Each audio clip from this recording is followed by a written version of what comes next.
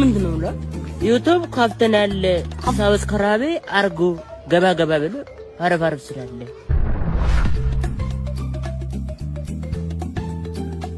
የስበት ማዕከል እየሆነን ያለ ነው። የቱሪስት ፍሰቱን ይጨምራል፣ ገበያችን ይጨምራል፣ ከዛም በላይ ክብራችንም ጭምር። የልጅ ጨዋታ አትጫወቱ። ሀገር ነው እየመራችሁ ያላችሁ። ሀገር ትልቅ ኃላፊነት ቁጭ ብለው ሲታይ የሞት ሞት ነው፣ የውርደት ውርደት ነው።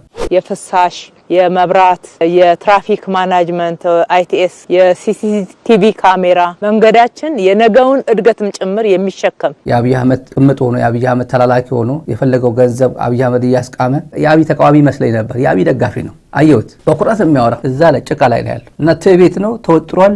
እዚህ ደረጃ ላይ ደርሰናል። ገበያችን ይጨምራል። የስበት ማዕከላነታችን የቱሪዝም መስህብነት ከዛም ደግሞ የሀገር ክብር ለየት ያለ አማራ አደረጃጀት እየመጣ ነው። አብይ አህመድ የማይፈልገው ነው፣ ፍጹም የማይፈልገው ያልጠበቀው ይመስለኛል። ስለ ጎጃም እናት የምንናገረው እኛ ነን። ይሄ ሚዲያ ነው። ስለ አምባሰል የሰሞኑ በአውሮፕላን የነበረው ከተማ ሲያወድም የነበረው የምንዘግበው እኛ ነን። የለውጡ መንግስት የአገራችን የብልጽግና ሂደት የብልጽግና ሽታ የብልጽግና አጠቃላይ ሂደት ይፈጠራል። አማራ በማንነቱ ምክንያት እየተጎዳ ነው፣ እየተጠቃ ነው። አሁን አንድ መሆን አለበት። ህዝቡ የገጠመው ችግር በማንነቱ ነው እየተጠቃ ያለው። የቀድሞ የቻድ ውጭ ጉዳይ ሚኒስትር የነበረው የአብይ አህመድ ቅምጥ ሆኖ የአብይ አህመድ ተላላኪ ሆኖ የፈለገው ገንዘብ አብይ አህመድ እያስቃመ ኢትዮጵያ ደም አፋሳሽ ጦርነት የተካሄደ በፍጹም የህግ ማስከበር ነው እያለ አንድም ነገር ጦርነቱ ይቁም ብሎ አንድም ነገር እንኳን ሳይጽፍ ነው 2 ዓመት የሄደው። መጨረሻ ላይ ወደ አስመራ ልኮት ነበር። የአስመራው ሰውዬ እምቢ ብሎታል፣ አልሰማህም ብሎታል። የሄደበት ምክንያቱም ሰምተነዋል። እኛን ስለማይመለከተ ነው። አንዳንዱ ደግ አደረገ የሚያስብል ነው። አብይ ራሱ ይንገራችሁ፣ በእነ ስዩም ተሾመ ይንገሯችሁ። ስንት ድሮን ነው የተያዘበት፣ ስንት ታንክ ነው የተያዘበት፣ ስንት ጦር መሳሪያ የተያዘበት፣ ስንት የድሮን ጥይት ነው የተያዘበት። ስዩም ተሾመ ይንገራችሁ። እኛ ምን አገባን? ያየነው ዛሬ ወደ 13 መንገዶችን ነው። ሚዲያዎች ብዙ ጊዜ የሚዘግቡት ፍለፊት ያሉትን ትልልቅ መንገዶች ብቻ ነው። ገባ ብለው ያሉት መንገዶች እጅግ በጣም ወሳኞች ናቸው። የትራፊክ እንቅስቃሴውን ያሳልጣሉ። ሰዓታችንን በትክክል እንድንጠቀም ያደርጉናል። ሰዎችም በእግራቸው ብዙ የመንቀሳቀሻ አማራጮችን ያገኛሉ ማለት ነው። እንግዲህ መንገድ ብቻ ሳይሆን ያየነው የመኪና ማቆሚያዎች፣ የአውቶቡስ ተርሚናል፣ የታክሲ ተርሚናል ፕላዛዎችን አይተናል። ኦህዴድ ለህንጻና ለአበባ የሚያሳየውን ትኩረት ለሰው ልጆች ቢያሳይ ኖሮ እስካሁን የት በደረስ ነበር። ላጼ በጉልበቱ የሀገሪቱ ኢኮኖሚ አበባ በመትከል ሚቃና ዲፕሎማሲውም በመተሻሸት ሚሰራ ይመስለዋል። እንኳን በዚህ ሰዓት ባለቀ ሰዓት ሄዶ እነዚህ መሳሪያ ሊያስመልስ ከአስመራ ይቅርና አስመራ ለመሄድ ሞራል የለውም።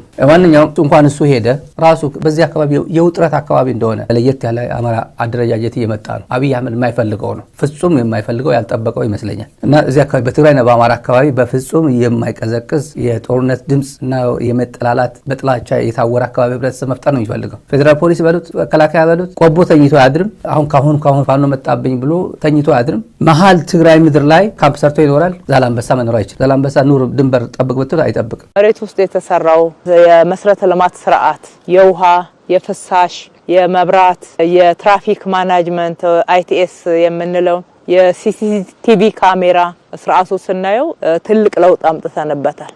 ነገ መልሰን አናፈርሰው። ፍለፊት ላይ የምናየው አስፋልት ነገ ከነጎዳም የኳሊቲ ችግርም ካለው ይጠገናል። መሬት ውስጥ ያለው ግን በከፍተኛ ጥንቃቄ እንዲሰራ ከላይም ኮንክሪት ስታምፕ እስከማድረግ ድረስ ኮንፊደንስ አዳብረን ሰርተንበታል። በቀላሉ በቅርብ ዘመን ውስጥ የሚነካ እንዳይሆን የብልጽግና ካሬዎች ሀገር ሳይሆን ራሳቸውን ነው እያበለጸጉ ያሉት። የሀገር ገጽታ ሳይሆን የራሳቸውን መልክ ነው በፕላስቲክ ሰርጀሪ እየቀየሩ ያሉት። የኛ የመከላከያ ሰራዊት ኃላፊነት ህገ መንግስቱን መጠበቅ ነው ብሎ በአጽንኦት ነው የሚናገረው ብርሃኑ ጁላ። በአጽንኦት ህገ መንግስት ምን ማለት ነው? የትኛው ህገ መንግስት መጠበቅ ነው መከላከያ የሚጠብቀው? የትኛው ህገ መንግስት ነው? የክልሎች ሉዓላዊነት መጠበቅ የህገ መንግስቱ አካል አይደለም ወይ? የመከላከያ ኃላፊነት አይደለም ወይ? ወይስ መከላከያ የትኛውን ህገ መንግስት የትኛው አንቀጽ ነው እየተጠቀሰ ያለው? የሚያውቀው ነገር የለም። ህገ መንግስት መጠበቅ የክልሎች ሉዓላዊነት መጠበቅ፣ ክልሎች እንዳይጋጩ መጠበቅ፣ ድንበር ቴሪቶሪያል የሀገሪቱ ኢንተርናሽናል ቦርደር መጠበቅ ነው። ኢትዮጵያ መከላከያ ሰራዊት መቀመጥ ያለበት ሌላ ቦታ ነው። መቀመጥ አይፈልግም። ዛሬ መንገዶቹ ሰፍተዋል። የትኛውም ዓለም ከተማ ብንሄድ እንደዚህ አይነት ሰፋፊ መንገዶችን በሁሉም ከተሞች አናገኝም። በተወሰኑ ከተሞች ነው የምናገኘው። ስለዚህ እድገታችን እየጨመረ ነው የሚሄደው። ምንም ጥያቄ የለው። መንገዳችን የነገውን እድገትም ጭምር የሚሸከም መሆን እንዲችል እንግዲህ በቅድሚያ እንኳን ደስ ያለ ማለት እወዳለሁ። ይሄ አዲስ ኢንተርናሽናል ኮንቬንሽን እና ኤግዚቢሽን ማዕከል ተገንብቶ ከተማችን አዲስ አበባ ሶስተኛዋ የዲፕሎማቲክ ማዕከል ናት። የአፍሪካ ህብረት መቀመጫ ናት። እስኪ ሰሞኑን ደግሞ አዳኑ ምን አስቀይራ ይሆን? ጥርሱ የበቀደሙ መሰለኝ፣ ጸጉሩ ግን አዲስ ይመስላል። እድሜ ለቱርክ ባለሙያዎች እንደ ሌዲ ጋጋ ገጽታዋን በየሳምንቱ ትቀያየራለች። ለስሙ ነው ኢትዮጵያ አትፈርስም ኢትዮጵያ አንድ ትሆናለች የሚለው እኮ እንደዛ ነው እንጂ በውስጡ ትግራይ ሄደች አልሄደች ፊልም ያደርጉ አይደለም እንዲያውም ትግራይ ቶሎ ብትሄድለት በሆነ አጋጣሚ ትግራይ ብትሄድለትና በኢትዮጵያ በኩል እኔ በቃ ተቀራቃኝ ነው የሚለው አንዴ ከሄደለት እኔ ከዚህ በኋላ ንጉስ ሆኜ መኖር እችላለሁ የሚል መንፈስ አለው አብይ አህመድ ቢሄዱ ችግር የለበትም እንዳለች አዳነች አበቤ እነሱ የቀረጹት ህገ መንግስት አይደል እንዴ ከፈለጉ ለምን ግንጥል ብሎ አይሄዱም እንዳለችው ዲፕሎማቲክ በሆነ ቋንቋ እንደዛ ነው የሚፈልገው ይሄ ሰውዬ የአፍሪካ ፖለቲካል ካፒታል ናት ለአፍሪካውያን ወንድሞች እህቶቻችን ለዓለም አቀፉ የዲፕሎማሲ ማህበረሰብ አዲስ አበባ ላይ ትላልቅ ዓለም አቀፍ ኮንፈረንሶችን ለማካሄድ ኤግዚቢሽኖችን ለማካሄድ በተለያየ መንገድ የሚደረጉ ሁነቶችን ለማድረግ የሚያስችል ብስራት ነው ለኛ ለኢትዮጵያውያን ደግሞ ከዚህ በፊት ያልነበረን እንደ ኢትዮጵያውያን አዲስ ትልቅ ኮንፈረንስ ማዕከል ይኖረናል የስበት ማዕከል እየሆነን ያለ ነው ይሄ የስበት ማዕከልነታችን እጅግ በጣም ይጨምረዋል ጨቅላው ሰሞኑን ከአፍሪካ መሪዎች ጋር ሲያደርግ የነበረው መተቃቀፍ እንዴት ያሳፍራል ጎበዝ ለንግግር የሚሆን እንግሊዘኛ ስለሚያጥረው መሰለኝ የውስጡን ስሜት የሚገልጸው ከመሪዎች ጋር በመላፋት ነው አሁንማ ለሱኛ ማፈር ጀመርን እንደ ፍቅረኛሞች እጃቸውን ይዞ ማሻሸት ጉያቸው ውስጥ ሄዶ መሸጎጥ የዘወትር ስራው ሆኗል ማን ነው ዮናስ ብሩ ነው የሚባለው ዶክተር ኢኮኖሚስት ነው የሚባለው ያ ሰውዬ የአብይ ተቃዋሚ መስለኝ ነበር የአብይ ደጋፊ ነው አየሁት የሆነ ሚዲያ ላይ ትላንት አይቼው በኩራት የሚያወራ ዮናስ ኢኮኖሚስት ነው ፖለቲካ ላይ ገባው ይችላል ሰውዬው የአብይ ደጋፊ ነው የአብይ ደጋፊዎች የማይናገሩት ቋንቋን የሚጠቀመው አብሮ ዘፍኖ ጨፍሮ ማን ነው ፕሮፌሰር ማን የሚባለው የፍልስፍና ሰውዬ እንኳን ይቅርታ እኔ በጣም ተሸውጄ ነበር ሁላችንም ታውረን ነበር ጥላቻ ጉድ አድርጎን ነበር ምናምን ይቅርታ ብለው እንኳን ዮናስ ብሩ ዛሬ ድረስ አለ እዛ ላይ ተኝቶ እዛ ላይ ጭቃ ላይ ነው ያለው እና ትዕቢት ነው ተወጥሯል የቱሪስት ፍሰቱን ይጨምራል ገበያችን ይጨምራል ከዛም በላይ ክብራችንም ጭምር በተለያዩ ዓለም አቀፍ መድረክ ላይ ኢትዮጵያውያን የሚሰጠን ቦታ ስናይ በጣም የሚያስቆጭ ስሜት ሁላችንም ያድርብናል እኛም እንችላለን ይሄው ዛሬ የዓለም ሀገራት የተለያዩ እድገትን ከሚያሳዩባቸው መስፈርቶች ውስጥ አዲስ አበባ ሚዛ ቀርባለች በጣም ሰፊ ቦታ ነው በጥቅሉ እስከ 10000 ሰው ድረስ በአንድ ጊዜ መሰብሰብ እንችላለን ሆቴሉ እስከ 1000 ሰው ድረስ ማሳደር ማስተናገድ የሚችል ነው የልጅ ጨዋታ አትጫወቱ ሀገር ነው እየመራችሁ ያላችሁት ሀገር ትልቅ ኃላፊነት እንኳን ሀገር አንድ ልጅ የወለዱ ባልና ሚስት እንኳን ለልጃቸው ሲል ብዙ ነገር ይሰራሉ ብዙ ነገር የማይቻቻሉበት ነገር ላይ ይቻቻላሉ ለልጃቸው ሲሉ የአባትና እናት መኖር አስፈላጊ ስለሆነ ለዚህ ህፃን ልጅ እንዳይለያዩ እንኳን በዚህ አይነት ህይወት የሚያድግ ህፃን ልጅ ጥሩ አይሆንምና ተቻችለው ባልና ሚስት ተቻችለው እንኳን አንድ ልጅ ያሳድጋሉ እንኳን ሀገር 130 ሚሊዮን ሀገር ማለት ነው እኔ አማራ ነኝ የአማራ ድምጽ ሆናለሁ የአብይ ተቃዋሚ ነኝ እያለ የሚናገረው ግን የአብይ ደጋፊ ነው በቅርብ ስታዩት የአብይ ደጋፊ ነው ወደ 40 ሄክታር ላይ ነው የተቀመጠው እዚህ ደረጃ ላይ ደርሰናል ለአፍሪካ ህብረት አንድ ትልቅ ብስራት ነው ከተማችን በብዙ መንገድ ከአምናው ዘንድሮ ለውጦችን ይዛ ነው የቀረበችው እንደ ስሟ ውብ አበባ ሆና እግዚአብሔር የተመሰገነ ይሁን ተሳክቶልን አሁን ከተማችን ሁሌ ኑ ብላ የምትጣራ የስበት ማዕከል የሆነች የአድዋ ድል መታሰቢያ እንኳን ከተገነባ ወዲህ ወደ 40 የሚሆኑ የተለያዩ ኮንፈረንሶችን ማስተናገድ የቻለች ከተማ ሆናለችና ትርጉሙ ብዙ ነው አዳኑ ግን ሁሉም ቦታ እኔ ብቻ ልታይ እኔ ብቻ ላውራት በይ አንዳንዴ ሌሎች ሰራተኞችም እንዲናገሩ እድል ስጫቸው አለበለዛ የሰፈር ጎረምሶች ይሰለቹና ቋንቋና ሮይት የሚል ቅጽል ስም ነው የሚያወጡልሽ እኔ ላንቺ ብዬ ነው የአብይ ደጋፊ በእንደዚህ አይነት ሆሪዞንታል ግጭት አይፈልግም ለምንድነው ከትግራይ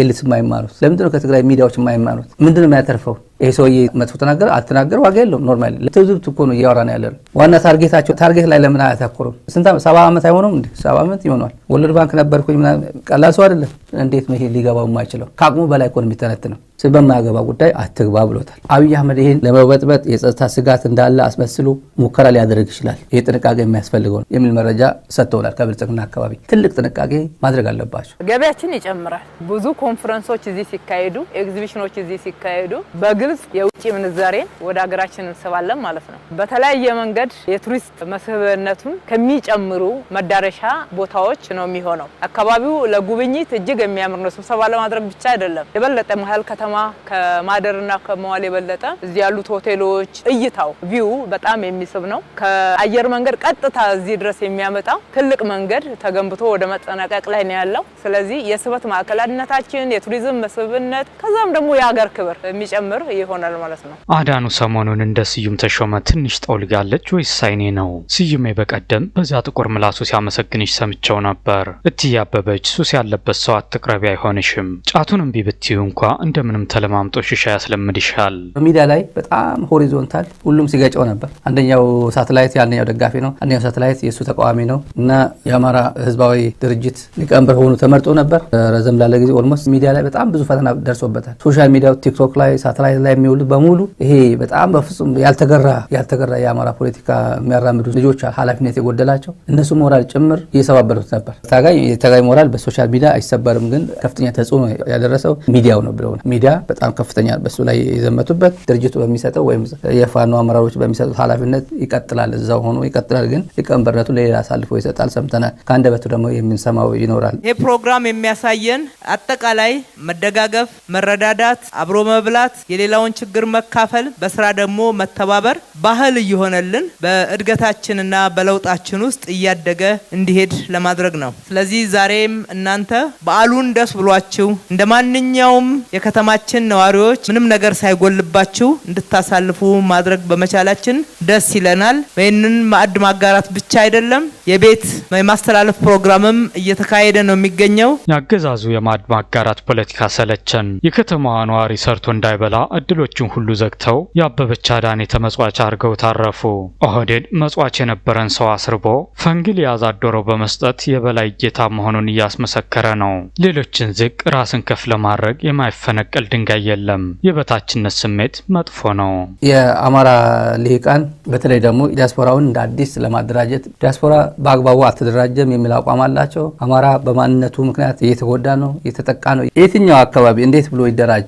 ውጭ ያለው ለምሳሌ አደረጃጀቱ ነው። እንደ አማራ መደራጀት አልቻለም። በአካባቢ ምናምን ወሎ፣ ጎንደር ምናምን በሚባለው ስለተደራጀ ነው። ደግሞ አንዱን ይመቷል፣ አንዱ ላይ ይዘምታል። ጎንደር ከሆነ ለጎንደር ፋኖ ማዋጣት የሚፈልገው እና የጎጃም ፋኖ ገንዘብ ሲዋጣለት ስሙ ያጠለሹታል። እንዴት ብሎ አንድ ይሆናል? አማራና ትግራይ አንድ ሁን፣ ፋኖ ከህወሓት ጋር እንደዚህ አንድ ላይ መሆን አለበት ምናምን ብሎ አክቲቪስቶች በቀና መንፈስ ይናገራሉ። ይህን አገዛዝ ለመገርሰስ እንደዚህ ማድረግ አለብን ይላል። እሺ አንድ ሆነ፣ ለራሱ አንድ አልሆነም እኮ ጎንደር ከጎጃም አንድ አልሆነም። እንኳን አማራ ከትግራይ እንኳን አንድ ሊሆን ይቅርና መጀመሪያ ራስ አንድ መሆን አለበት እኮ ነው የተባለ ያለው። አሁን አንድ መሆን አለበት። ህዝቡ የገጠመው ችግር የህልውና ጉዳይም ነው። በማንነቱ ነው እየተጠቃ ያለው። እንደዚህ ያደረግን የከተማችን ነዋሪዎች የኑሮ ጫና ማቃለል ኃላፊነታችን ነው። እየሰራን ያለ ነው። እንደዚህ አይነት ስራዎችን የምንሰራው ብቻችንን አይደለም። በመንግስት በጀት ሁሉን ነገር ሸፍነን እናንተ ጋር ማድረስ አንችልም። የከተማችን ባለሀብቶች፣ የተለያዩ ድርጅቶች መንግስት በዘረጋው ማህበራዊ ኃላፊነትን የመወጣት ፕሮግራም ውስጥ ገብተው ሁሉ ጊዜ ከናንተ ሳይለዩ ከህዝባቸው ጋራ መካፈል እንደ ባህል ይዘውት እየሰሩ ስለሆነ እነሱንም ማመስገን ፈልጋለሁ። ብልግናዎች ግን ለምን ትደክማላችሁ? በቃ አትንገሩን። እናንተ ማለት የምትፈልጉትን እኛ ቀድመን እናውቀዋለን። ህዝብን እያስራቡ መናፈሻ፣ ገበታ ለሀገር፣ የሌማት ትሩፋት፣ ኮሪደር ምናምን እያሉ መዘላበድ ምን ይሉታል? የፕሮጀክቶች ስያሜ ራሱ ማስጠላቱ። ስለ ጎጃም እናት የምንናገረው እኛ ነን። ይሄ ሚዲያ ነው። ስለ አምባሰል የሰሞኑ በአውሮፕላን የነበረው ከተማ ሲያወድም የነበረው የምንዘገው እኛ ነን። ወላ የሰጠው መግለጫ ላይ እንዳትሸወድ የኦሮሞ ህዝብ እንዳትሸወድ ብሎታል። ምክንያቱም ሰሞኑ እያጭበረበረ ነበር አብይ አህመድ። ኦሮሞ አንድ እየሆንን ነው የሚለው መልእክት ለማስተላለፍ ኦነግና ኦፌኮን ሰበስባቸዋለሁ ከብልጽግና ጋር ሆነ ከኦህዴድ ብልጽግና ማለት ነው ስለ ኦሮሞ ጉዳይ በሚያግባቡን ጉዳይ ላይ አንድ ላይ እንሰራለን ብሎ ለመታየት ለፎቶግራፍ ማለት ጭምር ነው። ኢማጂን ዳውድ ኢብሳ፣ አብይ አህመድና ፕሮፌሰር መራራ ጎን ለጎን ቆሞ ቁጭ ብሎ ሲታይ የሞት ነው፣ የውርደት ነው። ሰው የሚፈልገው ለፎቶግራፍ ነው። ይኸው ዳውድ በዚህ ያስቀምጡ፣ ፕሮፌሰር መራራም እዚህ ጋር ያስቀምጡ። በቃ ኦሮሞ አንድ እየሆነ ነው የሚለው መንፈስ ለማስተጋባት ማለት ነው። ይኸው ጃዋር ዝም ብለህ ነው እየደከምክ ያለው እንጂ እዚህ እየሰራው ነው ለማለት እና በአቋራጭ መጥቶ ሳንጥቆ እኔ እዚህ አካባቢ ስራ እየሰራው ነው የሚለው መንፈስ ለማስተጋባት ነው የሞከረውና እየተነጋገርን ነው እያለ በሰሞኑ በሱ ብልጽግና ሰዎች ሲያስተጋባ ውሏል። ሚዲያ ላይ ሲበትን ውሏል። ኦሮሞ አንድ እየሆነ ነው የሚለው መልእክት ሲያስተላልፍ ሰንብቷል። እና ይሄ በእርግጠኝነት ተራ ድራማ ነው። ኦሮሞ ሊበሬሽን አርሚም መግለጫ አውጥቶ ይሄ ውሸት ነው፣ ቅጥፈት ነው፣ የኦሮሞ ህዝብ በዚህ እንዳትሸወድ ብሏል። በዚህኛው በማዕከል በተደረገው ፕሮግራም የሜድሮክ ኢንቨስትመንት ግሩፕና ኤምኤንአርሲ ድርጅትን በእናንተ ስም ማመስገን ወዳለሁ። በዓሉ ያማረ የደመቀ እርስ በርሳችሁ የምትተሳሰቡበት ፍቅር የሚዳብርበት እንዲሆንልን ከልቤ እመኛለሁ። መልካም በዓል ይሁንላችሁ። የብልጽግና ከፍተኛ አመራሮች በአዲስ አበባ እየተከናወኑ ያሉ የመልሶ ማልማትና የኮሪደር ልማቶች በአዲስ አበባ እየተሰራ ያለው በብልጽግና የሚመራው መንግስት የለውጡ መንግስት እየሰራ ያለው የመልሶ ማልማትና የአጠቃላይን የኮሪደር ልማቱን በኢትዮጵያ ታሪክ የታሪክ ጥፋት ነው ተደርጎ የሚወሰድ ስራ ነው እየተሰራ ያለው። አብይ የሚለው እኛ ማናስቀረው ጦርነት አለ ከፊታችን ብሏቸዋል። እኛ ባንዋጋም እነሱ ይወጉናል ብሏቸዋል። እኛ እንዋጋም ብንል እንኳን እነሱ ይወጉናል ምክንያቱም ቂም ቋጥሮብናል ይላል እና ሸኔ ህወሓት ነው ትእዛዝ የሚቀበለው ብሏቸው ሸኔ በራሱ አይንቀሳቀስም ሁሉ ነገር ህወሓት አድርግ ያለው ነው የሚፈጽመው የህወሓት ተላላኪ ነው ብሎ ዛሬም የድሮ ቋንቋ አይነት ተጠቅሟል። ኦሮሚያ እስከ 55 ዓመት ያለው ሁሉ መግባት አለበት ወደ ካምፕ አስገቧቸው ብሏል። መሰልጠኛ ካምፕ መግባት አለበት መተኮስ የሚችል በሙሉ መሰልጠን መቻል አለበት ብሏቸዋል። ይሄ ለካድሬዎች የተሰጣቸው ትእዛዝ ነው። ከ55 ዓመት ባዶ የሚያድር ማሰልጠኛ ሊኖር አይገባም ብሏቸዋል። ባዶ የሚያድር ማሰልጠኛ አንዱ ሰልጥኖ ሲወጣ አንዱ መተካት አለበት አንዱ ሰልጥኖ ሲወጣ አንዱ ዙር ሲወጣ ሌላኛው ዙር መግባት አለበት። ባዶ የሚያድር ማሰልጠኛ መኖር የለበትም ብሏቸዋል። እንኳን ተራሰው ካቢኔ ጭምር ሰለጥናላችሁ ብሏቸዋል። ትዛምታላችሁ ካቢኔ አባላት ጭምር ገብታችሁ ሰለጥናላችሁ ትዛምታላችሁ ብሏቸዋል። እኛም ማናስቀረው ጦርነት አለ ብሏቸዋል። የፓርቲያችንን ከቃል ወደ ባህል የሚሉ ነገሮች በተግባር አዲስ አበባ ላይ እየታየ ነው ያለው ማለት ይሄን የሚያሳየው የአገራችን የብልጽግና ሂደት አይቀሬ መሆኑን የሚያመላክት ነው እየተገለጠ ነው ያለው ውበቱ ማለት ነው። አሁን በለውጡ መንግስት እይታውን ከፈት ተደርጎ አዲስ አበባ ከተማን የብልጽግና ተምሳሌት እየሆነ እየመጣች እንደሆነ ተመልክተናል ማለት ነው። ህዝቡ ደግሞ በተጨባጭ ህይወቱን እየተቀየረ እንደሆነ እየተረዳ ነው ያለው ማለት ነው። በተጨባጭ ህዝቡ ያረጋገጠ ስለሆነ የሚቀጥሉት 5 ዓመታት አገራችን ከጫፍ እስከ ጫፍ የብልጽግና ሽታ የብልጽግና አጠቃላይ ሂደት ይፈጠራል። ማሰልጠኛ ላይ ያለው ይውጣና ይለማመድ ጦር መሳሪያ አስታጥቃቸው አለማመዱት ብሏቸዋል። እነዚህ ናቸው በነገራችን ላይ መከላከያ ያሉት ትላልቆቹ እነዚህ ናቸው። አብይ በእነዚህ ላይ ነው የቀረው። ጌታቸው ጉዲና አለ እዚህ አካባቢ የደህንነት ቺፉ ነው። አበባው አለ በቃ ልብሱን ጥሎ ሲዝናና የሚያድር ብርሃኑ ጁላ አለ መሃል ላይ እዛ ላይ ገመቸው አለ ጥሩዬ አሰፋ አለች። በቃ እነዚህ ናቸው የቀሩት ዋና ፈላጭ ቆራጮቹ ማለት እነዚህ ናቸው ማለት ነው። እነዚህ ናቸው ከፊት ለፊት ያሉት መመሪያ የሚሰጣቸው ለነዚህ ነው ማለት ነው። እና ሀገሪቱ ያለችበት ሁኔታ ኢትዮጵያ ህግ የሚባል አይደግፈው ህገ መንግስት የሚባል መሰረት የለውም። በፍጹም ከህግ በላይ ነው ከህገ መንግስት በላይ ነው ሰውየው። የስበት ማዕከል እየሆነን ያለ ነው። የቱሪስት ፍሰቱን ይጨምራል ገበያችን ይጨምራል ከዛም በላይ ክብራችንም ጭምር። የልጅ ጨዋታ አትጫወቱ ሀገር ነው እየመራችሁ ያላችሁ። ሀገር ትልቅ ኃላፊነት ቁጭ ብለው ሲታይ የሞት ሞት ነው የውርደት ውርደት ነው። የፍሳሽ የመብራት የትራፊክ ማናጅመንት አይቲኤስ የሲሲቲቪ ካሜራ መንገዳችን የነገውን እድገትም ጭምር የሚሸከም የአብይ አህመድ ቅምጥ ሆኖ የአብይ አህመድ ተላላኪ ሆኖ የፈለገው ገንዘብ አብይ አህመድ እያስቃመ የአብይ ተቃዋሚ መስለኝ ነበር። የአብይ ደጋፊ ነው አየሁት በኩራት የሚያወራ እዛ ላይ ጭቃ ላይ ነው ያለው እና ትቤት ነው ተወጥሯል። እዚህ ደረጃ ላይ ደርሰናል። ገበያችን ይጨምራል የስበት ማዕከላነታችን የቱሪዝም መስህብነት ከዛም ደግሞ የሀገር ክብር ለየት ያለ አማራ አደረጃጀት እየመጣ ነው። አብይ አህመድ የማይፈልገው ነው ፍጹም የማይፈልገው ያልጠበቀው ይመስለኛል። ስለ ጎጃም እናት የምንናገረው እኛ ነን። ይሄ ሚዲያ ነው። ስለ አምባሰል የሰሞኑ በአውሮፕላን የነበረው ከተማ ሲያወድም የነበረው የምንዘግበው እኛ ነን። የለውጡ መንግስት የአገራችን የብልጽግና ሂደት የብልጽግና ሽታ የብልጽግና አጠቃላይ ሂደት ይፈጠራል። አማራ በማንነቱ ምክንያት እየተጎዳ ነው እየተጠቃ ነው። አሁን አንድ መሆን አለበት። ህዝቡ የገጠመው ችግር በማንነቱ ነው እየተጠቃ ያለው።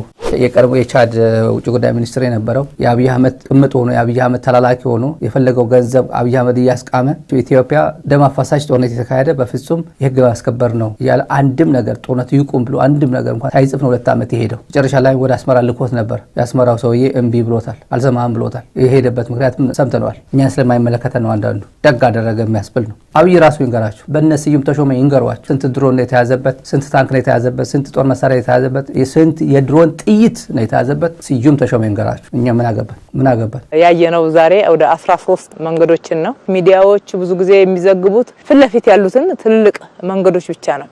ገባ ብለው ያሉት መንገዶች እጅግ በጣም ወሳኞች ናቸው። የትራፊክ እንቅስቃሴውን ያሳልጣሉ። ሰዓታችንን በትክክል እንድንጠቀም ያደርጉናል። ሰዎችም በእግራቸው ብዙ የመንቀሳቀሻ አማራጮችን ያገኛሉ ማለት ነው። እንግዲህ መንገድ ብቻ ሳይሆን ያየነው የመኪና ማቆሚያዎች፣ የአውቶቡስ ተርሚናል፣ የታክሲ ተርሚናል ፕላዛዎችን አይተናል። ኦህዴድ ለህንጻና ለአበባ የሚያሳየውን ትኩረት ለሰው ልጆች ቢያሳይ ኖሮ እስካሁን የት በደረስ ነበር። ላጼ በጉልበቱ የሀገሪቱ ኢኮኖሚ አበባ በመትከል ሚቃና ዲፕሎማሲውም በመተሻሸት ሚሰራ ይመስለዋል። እንኳን በዚህ ሰዓት ባለቀ ሰዓት ሄዶ እነዚህ መሳሪያ ሊያስመልስ ከአስመራ ይቅርና አስመራ ለመሄድ ሞራል የለውም። ማንኛውም እንኳን እሱ ሄደ ራሱ በዚህ አካባቢ የውጥረት አካባቢ እንደሆነ ለየት ያለ አማራ አደረጃጀት እየመጣ ነው። አብይ አህመድ የማይፈልገው ነው ፍጹም የማይፈልገው ያልጠበቀው ይመስለኛል። እና እዚህ አካባቢ በትግራይና በአማራ አካባቢ በፍጹም የማይቀዘቅዝ የጦርነት ድምጽ እና የመጠላላት በጥላቻ የታወረ አካባቢ ህብረተሰብ መፍጠር ነው የሚፈልገው። ፌደራል ፖሊስ በሉት መከላከያ በሉት ቆቦ ተኝቶ አያድርም። አሁን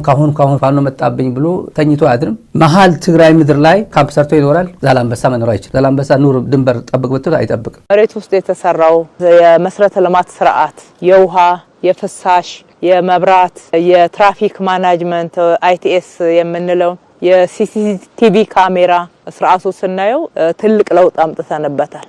ነገ መልሰን አናፈርሰው። ፍለፊት ላይ የምናየው አስፋልት ነገ ከነጎዳም የኳሊቲ ችግርም ካለው ይጠገናል። መሬት ውስጥ ያለው ግን በከፍተኛ ጥንቃቄ እንዲሰራ ከላይም ኮንክሪት ስታምፕ እስከማድረግ ድረስ ኮንፊደንስ አዳብረን ሰርተንበታል። በቀላሉ በቅርብ ዘመን ውስጥ የሚነካ እንዳይሆን። የብልጽግና ካሬዎች ሀገር ሳይሆን ራሳቸውን ነው እያበለጸጉ ያሉት። የሀገር ገጽታ ሳይሆን የራሳቸውን መልክ ነው በፕላስቲክ ሰርጀሪ እየቀየሩ ያሉት። የኛ የመከላከያ ሰራዊት ኃላፊነት ህገ መንግስቱን መጠበቅ ነው ብሎ በአጽንኦት ነው የሚናገረው ብርሃኑ ጁላ። በአጽንኦት ህገ መንግስት ምን ማለት ነው? የትኛው ህገ መንግስት መጠበቅ ነው መከላከያ የሚጠብቀው? የትኛው ህገ መንግስት ነው? የክልሎች ሉዓላዊነት መጠበቅ የህገ መንግስቱ አካል አይደለም ወይ? የመከላከያ ኃላፊነት አይደለም ወይ? ወይስ መከላከያ የትኛውን ህገ መንግስት የትኛው አንቀጽ ነው እየተጠቀሰ ያለው? የሚያውቀው ነገር የለም። ህገ መንግስት መጠበቅ፣ የክልሎች ሉዓላዊነት መጠበቅ፣ ክልሎች እንዳይጋጩ መጠበቅ፣ ድንበር ቴሪቶሪያል የሀገሪቱ ኢንተርናሽናል ቦርደር መጠበቅ ነው። ኢትዮጵያ መከላከያ ሰራዊት መቀመጥ ያለበት ሌላ ቦታ ነው። መቀመጥ አይፈልግም ዛሬ። መንገዶቹ ሰፍተዋል። የትኛውም ዓለም ከተማ ብንሄድ እንደዚህ አይነት ሰፋፊ መንገዶችን በሁሉም ከተሞች አናገኝም። በተወሰኑ ከተሞች ነው የምናገኘው። ስለዚህ እድገታችን እየጨመረ ነው የሚሄደው። ምንም ጥያቄ የለው። መንገዳችን የነገውን እድገትም ጭምር የሚሸከም መሆን እንዲችል እንግዲህ በቅድሚያ እንኳን ደስ ያለን ማለት እወዳለሁ። ይሄ አዲስ ኢንተርናሽናል ኮንቬንሽን እና ኤግዚቢሽን ማዕከል ተገንብቶ ከተማችን አዲስ አበባ ሶስተኛዋ የዲፕሎማቲክ ማዕከል ናት። የአፍሪካ ህብረት መቀመጫ ናት። እስኪ ሰሞኑን ደግሞ አዳኑ ምን አስቀይራ ይሆን? ጥርሱ የበቀደሙ መሰለኝ፣ ጸጉሩ ግን አዲስ ይመስላል። እድሜ ለቱርክ ባለሙያዎች እንደ ሌዲ ጋጋ ገጽታዋን በየሳምንቱ ትቀያየራለች። ለስሙ ነው ኢትዮጵያ አትፈርስም ኢትዮጵያ አንድ ትሆናለች የሚለው እኮ እንደዛ ነው እንጂ በውስጡ ትግራይ ሄደች አልሄደች ፊልም ያደርጉ አይደለም። እንዲያውም ትግራይ ቶሎ ብትሄድለት በሆነ አጋጣሚ ትግራይ ብትሄድለትና በኢትዮጵያ በኩል እኔ በቃ ተቀራቃኝ ነው የሚለው አንዴ ከሄደለት እኔ ከዚህ በኋላ ንጉስ ሆኜ መኖር እችላለሁ የሚል መንፈስ አለው አብይ አህመድ። ቢሄዱ ችግር የለበትም እንዳለች አዳነች አበቤ እነሱ የቀረጹት ህገ መንግስት አይደለ እንዴ? ከፈለጉ ለምን ግንጥል ብሎ አይሄዱም እንዳለችው ዲፕሎማቲክ በሆነ ቋንቋ እንደዛ ነው የሚፈልገው ይሄ ሰውዬ። የአፍሪካ ፖለቲካል ካፒታል ናት። ለአፍሪካውያን ወንድሞች እህቶቻችን፣ ለዓለም አቀፉ የዲፕሎማሲ ማህበረሰብ አዲስ አበባ ላይ ትላልቅ ዓለም አቀፍ ኮንፈረንሶችን ለማካሄድ ኤግዚቢሽኖችን ለማካሄድ በተለያየ መንገድ የሚደረጉ ሁነቶችን ለማድረግ የሚያስችል ብስራት ነው። ለኛ ለኢትዮጵያውያን ደግሞ ከዚህ በፊት ያልነበረን እንደ ኢትዮጵያውያን አዲስ ትልቅ ኮንፈረንስ ማዕከል ይኖረናል። የስበት ማዕከል እየሆነን ያለ ነው። ይሄ የስበት ማዕከልነታችን እጅግ በጣም ይጨምረዋል። ጨቅላው ሰሞኑን ከአፍሪካ መሪዎች ጋር ሲያደርግ የነበረው መተቃቀፍ እንዴት ያሳፍራል ጎበዝ። ለንግግር የሚሆን እንግሊዘኛ ስለሚያጥረው መሰለኝ የውስጡን ስሜት የሚገልጸው ከመሪዎች ጋር በመላፋት ነው። አሁንማ ለሱኛ ማፈር ጀመርን። እንደ ፍቅረኛሞች እጃቸውን ይዞ ማሻሸት፣ ጉያቸው ውስጥ ሄዶ መሸጎጥ የዘወትር ስራው ሆኗል። ማን ነው? ዮናስ ብሩ ነው የሚባለው ዶክተር ኢኮኖሚስት ነው የሚባለው ያ ሰውዬ የአብይ ተቃዋሚ መስለኝ ነበር። የአብይ ደጋፊ ነው። አየሁት የሆነ ሚዲያ ላይ ትላንት አይቼው በኩራት የሚያወራ ዮናስ ኢኮኖሚስት ነው፣ ፖለቲካ ላይ ገባው ይችላል። ሰውየው የአብይ ደጋፊ ነው። የአብይ ደጋፊዎች የማይናገሩት ቋንቋን የሚጠቀመው አብሮ ዘፍኖ ጨፍሮ ማን ነው ፕሮፌሰር ማን የሚባለው የፍልስፍና ሰውዬ እንኳን ይቅርታ እኔ በጣም ተሸውጄ ነበር፣ ሁላችንም ታውረን ነበር፣ ጥላቻ ጉድ አድርጎን ነበር ምናምን ይቅርታ ብለው እንኳን ዮናስ ብሩ ዛሬ ድረስ አለ እዛ ላይ ተኝቶ እዛ ላይ ጭቃ ላይ ነው ያለው እና ትዕቢት ነው ተወጥሯል። የቱሪስት ፍሰቱን ይጨምራል፣ ገበያችን ይጨምራል፣ ከዛም በላይ ክብራችንም ጭምር በተለያዩ ዓለም አቀፍ መድረክ ላይ ኢትዮጵያውያን የሚሰጠን ቦታ ስናይ በጣም የሚያስቆጭ ስሜት ሁላችንም ያድርብናል። እኛም እንችላለን። ይሄው ዛሬ የዓለም ሀገራት የተለያዩ እድገትን ከሚያሳዩባቸው መስፈርቶች ውስጥ አዲስ አበባ ሚዛ ቀርባለች። በጣም ሰፊ ቦታ ነው።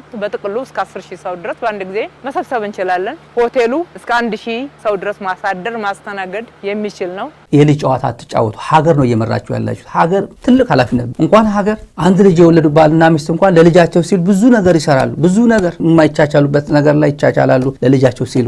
የአባትና እናት መኖር አስፈላጊ ስለሆነ ለዚህ ህፃን ልጅ እንዳይለያዩ እንኳን በዚህ አይነት ህይወት የሚያድግ ህፃን ልጅ ጥሩ አይሆንምና ተቻችለው ባልና ሚስት ተቻችለው እንኳን አንድ ልጅ ያሳድጋሉ። እንኳን ሀገር 130 ሚሊዮን ሀገር ማለት ነው። እኔ አማራ ነኝ፣ የአማራ ድምጽ ሆናለሁ፣ የአብይ ተቃዋሚ ነኝ እያለ ነው የሚናገረው። ግን የአብይ ደጋፊ ነው። በቅርብ ስታዩት የአብይ ደጋፊ ነው። ወደ 40 ሄክታር ላይ ነው የተቀመጠው። እዚህ ደረጃ ላይ ደርሰናል። ለአፍሪካ ህብረት አንድ ትልቅ ብስራት ነው። ከተማችን በብዙ መንገድ ከአምናው ዘንድሮ ለውጦችን ይዛ ነው የቀረበችው። እንደ ስሟ ውብ አበባ ሆና እግዚአብሔር የተመሰገነ ይሁን ተሳክቶልን አሁን ከተማችን ሁሌ ኑ ብላ የምትጣራ የስበት ማዕከል የሆነች የአድዋ ድል መታሰቢያ እንኳን ከተገነባ ወዲህ ወደ 40 የሚሆኑ የተለያዩ ኮንፈረንሶችን ማስተናገድ የቻለች ከተማ ሆናለችና ትርጉሙ ብዙ ነው። አዳኑ ግን ሁሉም ቦታ እኔ ብቻ ልታይ እኔ ብቻ ላውራት በይ አንዳንዴ ሌሎች ሰራተኞችም እንዲናገሩ እድል ስጫቸው አለበለዛ የሰፈር ጎረምሶች ይሰለቹና ቋንቋና ሮይት የሚል ቅጽል ስም ነው የሚያወጡልሽ እኔ ላንቺ ብዬ ነው። የአብይ ደጋፊ በእንደዚህ አይነት ሆሪዞንታል ግጭት አይፈልግም። ለምንድነው ከትግራይ ኤሊትስ የማይማሩት? ለምንድነው ከትግራይ ሚዲያዎች የማይማሩት? ምንድነው የሚያተርፈው? ይሄ ሰውዬ መጥፎ ተናገረ አልተናገረ ዋጋ የለውም። ኖርማሊ ለትዝብት እኮ ነው እያወራን ያለነው። ዋና ታርጌት ላይ ለምን አያተኩሩም? ስንት 70 ዓመት አይሆንም እንዴ? 70 ዓመት ይሆናል። ወርልድ ባንክ ነበርኩኝ ምናምን ቀላል ሰው አይደለም። እንዴት ነው ይሄ ሊገባው የማይችለው? ከአቅሙ በላይ እኮ ነው የሚተነትነው። በማያገባ ጉዳይ አትግባ ብሎታል። አብይ አህመድ ይሄን ለመበጥበጥ የጸጥታ ስጋት እንዳለ አስመስሎ ሙከራ ሊያደርግ ይችላል። ይሄ ጥንቃቄ የሚያስፈልገው የሚል መረጃ ሰጥተውናል። ከብልጽግና አካባቢ ትልቅ ጥንቃቄ ማድረግ አለባቸው። ገበያችን ይጨምራል። ብዙ ኮንፈረንሶች እዚህ ሲካሄዱ፣ ኤግዚቢሽኖች እዚህ ሲካሄዱ በግልጽ የውጭ ምንዛሬን ወደ ሀገራችን እንስባለን ማለት ነው። በተለያየ መንገድ የቱሪስት መስህብነቱን ከሚጨምሩ መዳረሻ ቦታዎች ነው የሚሆነው። አካባቢው ለጉብኝት እጅግ የሚያምር ነው። ስብሰባ ለማድረግ ብቻ አይደለም። የበለጠ መሀል ከተማ ከማደርና ከመዋል የበለጠ እዚህ ያሉት ሆቴሎች እይታው ቪው በጣም የሚስብ ነው። ከአየር መንገድ ቀጥታ እዚህ ድረስ የሚያመጣ ትልቅ መንገድ ተገንብቶ ወደ መጠናቀቅ ላይ ነው ያለው። ስለዚህ የስበት ማዕከላዊነታችን የቱሪዝም መስህብነት ከዛም ደግሞ የሀገር ክብር የሚጨምር ይሆናል ማለት ነው። አዳኑ ሰሞኑን እንደ ስዩም ተሾመ ትንሽ ጠውልጋለች ወይስ ሳይኔ ነው? ስዩሜ በቀደም በዚያ ጥቁር ምላሱ ሲያመሰግንሽ ሰምቸው ነበር። እትዬ አበበች ሱስ ያለበት ሰው አትቅረቢ አይሆንሽም። ጫቱንም ቢብትዩ እንኳ እንደምንም ተለማምጦ ሽሻ ያስለምድሻል። በሚዲያ ላይ በጣም ሆሪዞንታል ሁሉም ሲገጨው ነበር። አንደኛው ሳተላይት ያንኛው ደጋፊ ነው፣ አንደኛው ሳተላይት የሱ ተቃዋሚ ነው እና የአማራ ህዝባዊ ድርጅት ሊቀመንበር ሆኖ ተመርጦ ነበር። ረዘም ላለ ጊዜ ኦልሞስት ሚዲያ ላይ በጣም ብዙ ፈተና ደርሶበታል። ሶሻል ሚዲያው ቲክቶክ ላይ ሳተላይት ላይ የሚውሉ በሙሉ ይሄ በጣም በፍጹም ያልተገራ የአማራ ፖለቲካ የሚያራምዱ ልጆች ኃላፊነት የጎደላቸው እነሱ ሞራል ጭምር እየሰባበሩት ነበር። ታጋይ ሞራል በሶሻል ሚዲያ አይሰበርም፣ ግን ከፍተኛ ተጽዕኖ ያደረሰው ሚዲያው ነው ብለው ሚዲያ በጣም ከፍተኛ በሱ ላይ የዘመቱበት ድርጅቱ በሚሰጠው ወይም የፋኖ አመራሮች በሚሰጡት ኃላፊነት ይቀጥላል። እዛው ሆኖ ይቀጥላል፣ ግን ሊቀመንበርነቱ ለሌላ አሳልፎ ይሰጣል። ሰምተናል። ከአንደበቱ ደግሞ የምንሰማው ይኖራል። ይሄ ፕሮግራም የሚያሳየን አጠቃላይ መደጋገፍ፣ መረዳዳት፣ አብሮ መብላት፣ የሌላውን ችግር መካፈል፣ በስራ ደግሞ መተባበር ባህል እየሆነልን በእድገታችንና በለውጣችን ውስጥ እያደገ እንዲሄድ ለማድረግ ነው። ስለዚህ ዛሬም እናንተ በዓሉን ደስ ብሏችሁ እንደማንኛውም የከተማችን ነዋሪዎች ምንም ነገር ሳይጎልባችሁ እንድታሳልፉ ማድረግ በመቻላችን ደስ ይለናል። በእነን ማዕድ ማጋራት ብቻ አይደለም የቤት የማስተላለፍ ፕሮግራምም እየተካሄደ ነው የሚገኘው። ያገዛዙ የማዕድ ማጋራት ፖለቲካ ሰለቸን። የከተማዋ ነዋሪ ሰርቶ እንዳይበላ እድሎችን ሁሉ ዘግተው የአበበች አዳኔ ተመጽዋች አርገው ታረፉ። ኦህዴድ መጽዋች የነበረን ሰው አስርቦ ፈንግል ያዛዶሮ በመስጠት የበላይ ጌታ መሆኑን እያስመሰከረ ነው።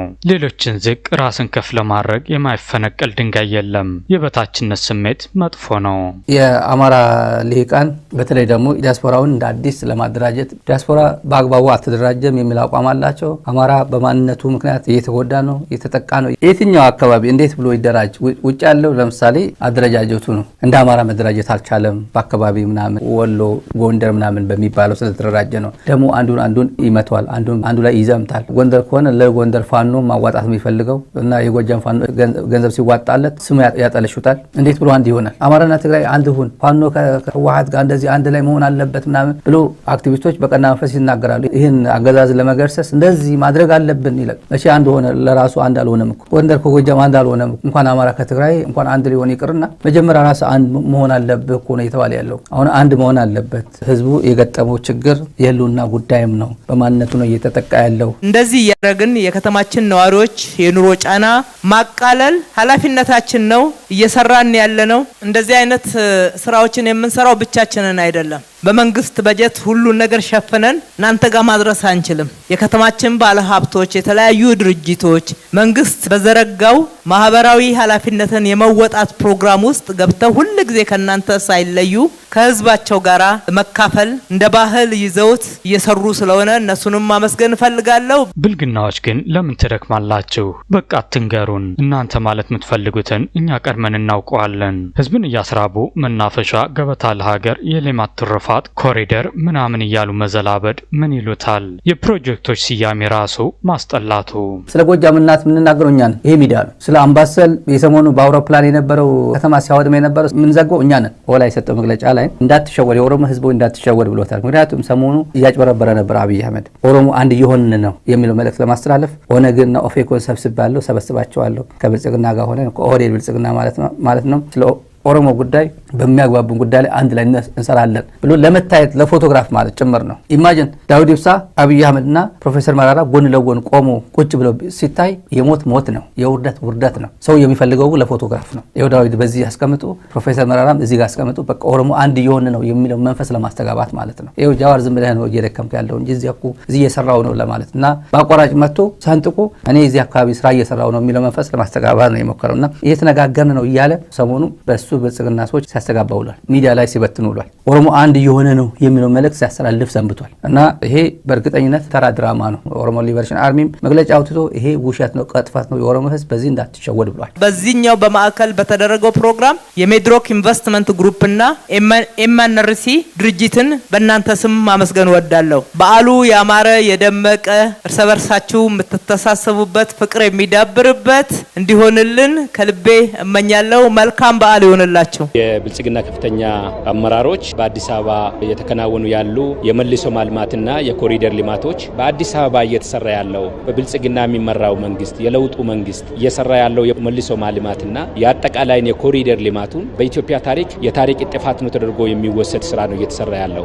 አብይ የሚለው እኛ ማናስቀረው ጦርነት አለ ከፊታችን ብሏቸዋል። እኛ ባንዋጋም እነሱ ይወጉናል ብሏቸዋል። እኛ እንዋጋም ብንል እንኳን እነሱ ይወጉናል፣ ምክንያቱም ቂም ቋጥሮብናል ይላል እና ሸኔ ህወሓት ነው ትእዛዝ የሚቀበለው ብሏቸው ሸኔ በራሱ አይንቀሳቀስም፣ ሁሉም ነገር ህወሓት አድርግ ያለው ነው የሚፈጽመው፣ የህወሓት ተላላኪ ነው ብሎ ዛሬም የድሮ ቋንቋ አይነት ተጠቅሟል። ኦሮሚያ እስከ 55 ዓመት ያለው ሁሉ መግባት አለበት ወደ ካምፕ አስገቧቸው ብሏል። መሰልጠኛ ካምፕ መግባት አለበት፣ መተኮስ የሚችል በሙሉ መሰልጠን መቻል አለበት ብሏቸዋል። ይሄ ለካድሬዎች የሰጣቸው ትእዛዝ ነው። ከ55 ዓመት ባዶ የሚያድር ማሰልጠኛ ሊኖር አይገባም ብሏቸው። ባዶ የሚያድር ማሰልጠኛ አንዱ ሰልጥኖ ሲወጣ አንዱ መተካት አለበት፣ አንዱ ሰልጥኖ ሲወጣ አንዱ ዙር ሲወጣ ሌላኛው ዙር መግባት አለበት። ባዶ የሚያድር ማሰልጠኛ መኖር የለበትም ብሏቸዋል። እንኳን ተራሰው ካቢኔ ጭምር ትሰለጥናላችሁ ብሏቸዋል። ትዘምታላችሁ፣ ካቢኔ አባላት ጭምር ገብታችሁ ትሰለጥናላችሁ፣ ትዘምታላችሁ ብሏቸው። እኛም ማናስቀረው ጦርነት አለ ብሏቸዋል። የፓርቲያችንን ከቃል ወደ ባህል የሚሉ ነገሮች በተግባር አዲስ አበባ ላይ እየታየ ነው ያለው ማለት። ይሄን የሚያሳየው የአገራችን የብልጽግና ሂደት አይቀሬ መሆኑን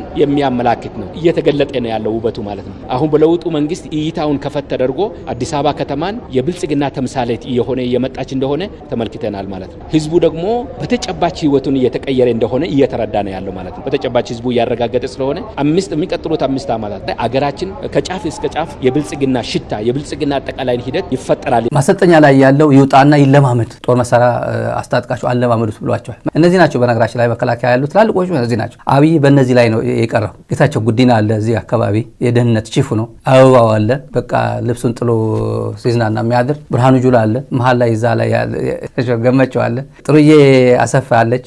በቃ እነዚህ ናቸው የቀሩት ዋና ፈላጭ ቆራጮቹ ማለት እነዚህ ናቸው ማለት ነው። እነዚህ ናቸው ከፊት ለፊት ያሉት መመሪያ የሚሰጣቸው ለእነዚህ ነው ማለት ነው። እና ሀገሪቱ ያለችበት ሁኔታ የኢትዮጵያ ህግ የሚባል አይደግፈውም። ህገ መንግስት የሚባል መሰረት የለውም። በፍጹም ከህግ በላይ ነው፣ ከህገ መንግስት በላይ ነው ሰውየው። አራሽ፣ ቀዳሽ፣ ተኳሽ ይሄ አርሶ አደሩ ፊሎሶፊ ነው። እነሱ ግን ነጋሽ ጨምረውበታል። በቀል ብለው የሚያደርጉት ነገር ገበሬውን በጣም ያንቀጠቅጠዋል። ለሀብት ብለው ብቻ ለአብይ እጃቸው አሳስረው የሰጡ ሰዎች አሉ። አብይ አህመድ እስካለ ድረስ ነው አዲስ አበባ በሰላም መኖር የሚችሉት። ስለ እስክንድር ነጋ ሲያወሩ ብዙ ጊዜ ሰዎች እሱ እኮ ህይወቱን እኮ እዛ ያስቀመጠ ሰው ነው። መታገልና መስዋዕት መክፈል በራሱ ቁም ነገር አይደለም። ለሱኛ ቮት ማድረግ የለብንም፣ እሱ መደገፍ የለብንም። ማንም ወመኔ ማንም የከተማ መደዴ የብልጽግና መደዴ እያመጣ እንትና ጠላትን እንትና ወዳጅህ ነው የሚልበት ጊዜ የለም። አሁን የበላይነቱን ያዘው የሸፈተው አይደለም፣ ተራ ሽፍትነት ነው። ድብብቆሽ እኮ የለም። መልክ የያዘ ድርጅታዊ ግንባታ የላቸውም። ምድረ ባንዳ የማንም ባንዳ ይሄድ ሚዲያ ላይ በትጎልተው ዋጋ የለውም በቅንጣት ታክላ አፍሩም እኮ እነዚህ ሰዎች እኮ ይሄን መኖሪያቸው መጨረሻ ላስ አርሱም ተኩላ ሆናል ማለት ነው። የዲያቆን ዳንኤል ጃውሳ የሚመጣው እዚህ ላይ ነው። ምን ሞራል አለ ስለመናገር ምን ሞራል አለ? የሚፈልጉት የሆነ በካራባት ምናምን ቤተ መንግስት መግባት ነው። አብይ ዝም ብሎ ለፕሮፓጋንዳ ይጠቀምባቸዋል እንጂ ይሄ መጣና ሰደባቸው ደግሞ ወፍሮ መጣ ወፈረ። የአብይ አህመድ ተከታዮች በአጠቃላይ ባለጌዎች ናቸው። በቃ ርካሾችን ውዳቂ የሆኑት ነው ሰብስቦ ያስገባቸው። የዛሬ ዓመት የነበረው የአርሶ አደር አመለካከት ለፋኖና ዛሬ የተለያየ ብለን እንሰማለን። በእነዚህ የሚድን የ4 ኪሎ ስልጣን የለም። በእነዚህ ሰዎች የሚጸና የ4 ኪሎ ስልጣን የለም። በሱ አቅም 2 ዓመት ሙሉ ውሃ ውስጥ የገባች አይጥ ይመስል ሊያብድ ነበር። ጺማቸው አይላጩ ምርጫ የለውም። የአማራም የትግራይ ህዝብ ያለውን የፖለቲካ ዲፍረንሱን አስተካክሎ አብሮ መቆም ነው። አድርባይነት በፍልስፍና ካባ ሸብርቆ ዲግሪ ጭኖ በዶክተር ዳኛቸው አሰፋ ዛሬ ታይቷል። አማራ የሆን ሁሉ በልህና በቁጭት በአንድነት መቆም ካልቻል ገና የማንም ልቅምቅም ጸጉር እየሰነጠቀ ይሳለቅብናል። ምርጫው የአብይ ነው። አሁንም የአብይ ምርጫ ነው። እጁ ላይ ነው ያለ። ኤርትራ ለተወጋይ ነው ምናምን ያለ ምድረ ባንዳ የማንም ባንዳ ይሄድ ሚዲያ ላይ በትጎልተው ዩቲዩብ ላይ በትጎልተው ዋጋ የለውም። የዩቲዩብ ማማያ ዩቲዩብ ዝም ብሎ ገንዘብ መፈፈያ ነው የምታረገው፣ መሸቂያ ነው የምታረገው። ሳብስታንቲቭ የሆነ ትርጉም የለውም። በሌላ አንግል ሊመጣብኛ ብለህ ሳትገምትም እንዴ አንተ ብቻ ነው እንዴ ይሄን ፖለቲካ የምታውቀው? አገር ለማጥፋት እንኳን እንደዛ አድርገሃል እንኳን ለሰርቫይቫል ካደረጉት ነው ቢያደርጉት ምን ሞራል አለ ስለመናገር ምን ሞራል አለ? እኔ መብቴን አስከብራለሁ ብሎ ከማንኛውም ኃይል ከኦሮሞ ጋር ቢተባበር ከሽናሻ ጋር ቢተባበር ከሐረር ጋር ቢተባበር ምን ችግር አለው? ሽፍታ በተደራጀ መልኩ ሰውን አጥቅቶ በጉልበት የሚዘርፍ ሽፍታ ይባላል። አይዲዮሎጂ ተብሎ የሚሰየም ነገር የላቸውም። መልክ የያዘ ድርጅታዊ ግንባታ የላቸውም። ማን ነው የዚህ ክፍል አባል የሚሆኑ? ከውትድርና ከርተው የወጡ በከፊልም ወንጀለኛ ሆነው ታስረው የነበሩ እነኝን ሁሉ ያሰባስብ ይላል። በጦቢያ ምድር ላይ ከኦህዴድ በላይ ሽፍታ ከ4 ኪሎ ጨቅላ ውጭ አሸባሪ የለም። የድህነት መጥፎነቱ የሰው ፊት ከማሳየቱ በላይ እንደዚህ የማታምንበትን ነገር ተናግረህ እንድትዋረድ አንገት እንድደፋ ያደርጋል። ገጠር ቢኖሩም ከገጠሩ ኢኮኖሚ ጋር ያልተሳሰሩ አብረው መሄድ አልቻሉም። አያርሱም። ለምሳሌ መብላት መጠጣት ስላለባቸው የሚዘርፉትን ደግሞ ወደ ገንዘብ መቀየር አለባቸው። 10 ከብት ብትነዳ ምን ያደርጋል? ትሸጠዋል። ቆንጆቹን በሐሰት ከመክሰስ ውጭ ወደዚህ ትግል ያስገባቸውን አስገዳጅ ምክንያት አንዱንም አልጠቀሰም። ሱስ ከሰውነት ተራ ሲያወጣህ ህሊናህ ማመዛዘን ምላስ ቃላት መምረጥ ያቆማል። ማን ነው ነውር ነው ብሎ ይናገር? በቅንጣት ታክላ አፍሩም እኮ እነዚህ ሰዎች እኮ ይሄን መኖሪያቸው መጨረሻ ላስ ይሄ ኮንሲኩዌንስ አለ እኮ መጨረሻ ላይ ለሀብት ብሎ ብቻ ለአብይ እጃቸው አሳስረው የሰጡ ሰዎች አሉ። ከዚህ መንግስት በኋላ ግን የሚመጣ መንግስት ይብላኝ ያኔ ቁጭ ብላ አዲስ አበባ ጉዳዩን ለምትመለከት ዛሬ በድለ ዛሬ አብይ አህመድ እኮ ዋንኛ የኔ ህልውና ማረጋገጫ አብይ ነው። እነ ዳንኤል ክብረት ይጠብቃሉ 120 ዓመት እና ዳንኤል ክብረት አብሮ ሊሰደድ ማለት ነው። አብይ ስልጣን ሲለቅ አብሮ ሊሄድ ማለት ነው። ይሄን ሁላ በደል የበደሉ ይሄን ሁላ ወንጀል የፈጸሙ ሰዎች አብይ አህመድ እስካለ ድረስ ነው አዲስ አበባ በሰላም መኖር የሚችሉት። እኔ አይደለም የምናገረው፣ ከህግ ማምለጥ አትችልም ነው። ከገበሬው ኢኮኖሚ ውጪ ናቸው። ምክንያቱም በካሽ ነው የሚያምኑት እነሱ። ከዛ ይሰበስቡና ይሸጣሉ። በአንድ በኩል የአርሶ አደሩ አካል ነን ይላሉ። በሌላ በኩል ግን ንብረት፣ ጉልበት፣ ኃይል ስላላቸው በእጅጉ ከአርሶ አደሩ የላቁ ናቸው። ሰውየው በሁሉም ነገር የተንሸዋረረ አመለካከት ነው የያዘው። ሁኔታዎች የሚተረጉማቸው አጣሞ ነው። ኮፍያውን እንኳ መቀየር የማይችል ምሁር ተብዬ በጀግኖቹ ሀብት ባይቀና ነበር የሚገርመኝ። አራሽ፣ ቀዳሽ፣ ተኳሽ ይሄ አርሶ አደሩ ፊሎሶፊ ነው። እነሱ ግን ነጋሽ ጨምረውበታል። የፋኖ አመራሮች ከአካባቢያቸው ካለው አርሶ አደር ገንዘብና ሀብት የላቀ ነገር አላቸው። ዝም ብሎ ተራ ገበሬዎች የምትላቸው አይደሉም። ዶክተርዬ ለወደፊቱ ለቃለ መጠይቅ ሲመጡ የከሌ እንዳለው እያሉ የተጻፈ ነገር ብቻ ያነቡ። ትንሽም ቢሆን የራስዎትን ሐሳብ ይጨምሩ። ሌላው ቢቀር የጫት ቤት ወሬ እንዴት ያጣሉ? በህግ አግባብ ትጠይቃል። አብይ አህመድ እንዲያርጎ አልጠይቅህም ብቻ ደግፈኝ እንጂ ሚሊዮን ዝረፍ ቢሊዮን ዝረፍ በህግ አልጠይቅህም ብሎ ከያዘ የሚቀጥለው መንግስት በህግ የሚጠይቅ መንግስት ሊሆን ይችላል። የሚጠይቅ መንግስት እንዲኖር ነው የምፈልገው። እንደዚህ አይነት በወንጀል የተጨማለቀ መንግስት እኔን ደግፈኝ እንጂ በፍጹም ለሰራው ትላንት ያሰራው ምናምንም ኃጢአት የለኝም ዛሬም ወንጀል ፈጽም ችግር የለውም። እንደነ ስዩም ተሾመ አይነት ልደቱ ላይ መርፌ ወቅታችሁ በጥርስ ቡሩሽ መርዝ እንተራጋችሁ አጥፍቶት የሚል የነ ፑቲንና የነ እስራኤል ኤክስፒሪየንስ ሼር የሚያደርግ ዘና ብለው የሚሰሩባት ኢትዮጵያ ልትኖር አትችልም። ለወደፊቱ አሁን አሉ እየሰሩ ነው። ለወደፊቱ ግን እኔ አልመኝም። ኢትዮጵያ ለምን በእንደዚህ አንድ ለምን ትቀጥላለች? የኦሮሞ ህዝብ በዚህ ይቀጥላል? በስዩም ተሾመ አንደበት አይቀጥልም። የአማራ ህዝብ ይቀጥላል? አይቀጥልም። የኃይል የጉልበትና የጭካኔ አካሄድ ከሚዋጉት ኃይል ብቻ ሳይሆን ብረታቸው ወደ አርሶ አደሩም ላይ አልፎ አልፎ ይዞራል። ቅጣት ብለው ወይም ደግሞ በቀል ብለው የሚያደርጉት ነገር ገበሬውን በጣም ያንቀጠቅጠዋል። ከባህል ውጭ የሆነ ነገሮች ያሉ። የአማራ ፖለቲካ የማንም ጠጃም ከመሬት ተነስቶ የሚያቦካው አይደለም። ገና ለገና ያረቄ መጠጫ ተሰጠኝ ተብሎ ራስን በዚህ ልክ ማስገመት ተገቢ አይደለም። አብዛኛውን ጊዜ የምናየው ግድያና ቅሚያ ትልቅ የሴት ስብራት እንደፈጸሙ አድርጎ አርሶ አደሩ ያየዋል። ሊቀበለው የማይችለው ነገር አለ። ቄሱን ግንባሩን በጥይት ስትመታው ለምሳሌ ሊቀበል አይችልም። አስተማሪዎች አንበርክከ አውጥታ አንድ አራቱን ስትረሽን አካባቢው ሊቀበል አይችልም። የሴት ስብራት ይታያል። ይሄ በሚሆንበት ጊዜ ፕሮግሬሲቭሊ ድጋፋቸውን እያጡ ይሄዳሉ ማለት ነው። ከኦህዴድ የተላከበትን ወራሪ ቡድን እምቢኝ ብሎ ሞትን እየተፋለመ ያለን ኃይል የሐሰት ወሬ እየፈበረከ ውሃ ሊቸልስበት ተፍጨርጭሯል፣ ግን አልተሳካለትም። ለማንኛውም ግን ያንተን የሻገተ ንግግር ከሸኔው መሪ ሽመልስ አብዲሳ ለይተን አናየውም። አብይ ራሱ ኢንሳ ልጆችን ይፈራቸዋል። በዚህ አጋጣሚ ስናገራቸው ሊጠቀምበት ስልክ ስለሚከታተሉ ይፈራል ሀክ እንዳይደረግ። የኢትዮጵያና የኤርትራ ጉዳይ ዋነኛ ማጠንጠኛው ዋና መንስኤው አሰብ ነው። ይሄ አካባቢ የሆነ መፍትሄ ካላገኘ በስተቀር በቃ ሞተን እናድራለን የሚል ትውልድ በመምጣቱ ነው። እኛ አሰብ እንካፈላለን። መደመር ብቻ አይደለም እኛ ብልጽግና መደመር ብቻ አይደለም መካፈልም አለበት። መካፈልም ምክንያቱም እሱ ያካፍለኛል አሰብ አካፍላለሁ ብሎኛል። አፍንጫ ላሳለ በጥሩ በስምነት ቢሆን ኖሩ እነሱም ይጠቀሙ ነበር፣ በሰላም ይኖሩ ነበር፣ ዜጎቻቸው አይሰደዱም ነበር። ቴሪቶሪያል ኢንቴግሪቲ ወይም ሶቨሬኒቲ አይደለም ላክብር የሚለው አብይ መካፈል ነው ፈልገው በዚህ ገባለው። ይህን አይነት የጭካኔ አካሄድ የሰው ልጅ ብረት ይዞ ህግ የማይከለክለው ሲፈልግ የሚያስር ሲፈልግ የሚገል የሰው ነፍስ በእጁ በወደቀ ቁጥር ሰው ወደ ተኩላነት ዲጀነሬት ያደርጋል። ተኩላ ሆናል ማለት ነው። የዲያቆን ዳንኤል ጃውሳ የሚመጣው እዚህ ላይ ነው። የዘንድሮ ፍላስፋ መቼም የተጠየቀውን ትቶ ዳንኤል ክስረት ጽፎ የሰጠውን መልስ ይዞ ገብቶ ራሱ ተወዛግቦ ጋዜጠኛውንም ማወዛገበው። አንተ ላስተማርሃቸው ልጆች በእውነት አዘንኩላቸው። ገበሬው አይችልም ወይ አማራው አይችልም። ይህን ስለማይችሉ እኛ ነፃ ልናወጣቸው ይገባል ይላል። እዚህ ላይ የትግላችን አካሄድ ወይ ማሸነፍ ወይ መሸነፍ፣ ድርድር የሚባል ነገር የለም። ዛሬ ተስማምቶ ነገ ከሚክደው አብይ አህመድ ጋር ድርድር አይታሰብም። ብዙ ሆዳሞችን ተዘዋውሬ አይቻለሁ፣ ግን የዚህን ሰው የሚያህል የለም። ምናልባት ዳኒ ዘንዘሪቱ ይፎካከረው እንደው አላውቅም። የሚፈልጉት የሆነ ስልጣን ነው፣ በካራባት ምናምን ቤተ መንግስት መግባት ነው። አብይ ዝም ብሎ ለፕሮፓጋንዳ ይጠቀምባቸዋል እንጂ መሬት ላይ ያለው ሪያሊቲ እንደዛ አይደለም የሚያንጸባርቀው። እሱ ተመራጭ ሆኖ እኮ ነው ጥላቻ ሲያስተምር እኮ ነው። አክሰንት እንኳን የአማርኛ ሪል አክሰንት እንኳን አይደለም ያለው። እኔ አማርኛ ተምሬው ነው። ተደምረናል የሚለው ቋንቋ ተደምሯል እኮ እያለ እኔ የሚመስለው ማን ነው? ሲሳገን አይደለም ዳንኤል ክብረት አይደለም እኔ የሚመስለኝ። 10 ጊዜ ተደምሬ ያለው እንትና አድርጌ ያለው እያለ እዛ ሲጮህ የነበረ ማንም ወመኔ ማንም የከተማ መደዴ የብልጽግና መደዴ እያመጣ እንትና ጠላትን እንትና ወዳጅህ ነው የሚልበት ጊዜ የለም። ግባችን ላይ ለመድረስ ሁሉም አይነት አካሄድ ይፈቀዳል። ሁሉንም ድርጊታችንን ጭካኔም ቢኖርበት ይፈቀዳል። እንደውም ትግሉ ይቀድማል። ተቀዳሚ ቁም ነገር ዓላማ ምንም ይሁን ምን ህይወትን አስቀምጠ ለትግሉ ዋጋ ለመክፈል መዘጋጀትህ ነው፣ ቁርጠኝነትህ ነው። ይሄ ሰው በትምህርት ዶክተር የሚል ማዕረግ አለው። አስተሳስቦ ግን ምንም የፖለቲካ ግንዛቤ የሌለው ጥሬ ነው። ድንቅ የማንተም ብሎ አሰላሳይ መፈላሰፍ እንዲህ ቀላል መስሎት ያረጠረጣል። አሁን ጀስቲፋይ ሲያደርጉ ምንድነው እኔ ስለ እስክንድር ነጋ ሲያወሩ ብዙ ጊዜ ሰዎች የሚከራከር የሚሉኝ ጊዜ ነው እሱ እኮ ህይወቱን እኮ እዛ ያስቀመጠ ሰው ነው ይሆናል። እኔ ህይወቱን እዛ ስላስቀመጠ ለምን ነው ቮት ማድረግለት? ምን ዓላማ አለው? ምን ርዕይ አለው? መታገልና መስዋዕት መክፈል በራሱ እምብዛም ቁም ነገር አይደለም። ፈሪ ስለ ጀግና ማውራት አይችልም። ወላዋይ ሰው ስለ ጽናት መዘመር አያውቅም። ወንጀለኛ ሐቀኛን ሰው ይጠላል። ሌባ ከሌባ ጋር ነው የሚወዳጀው።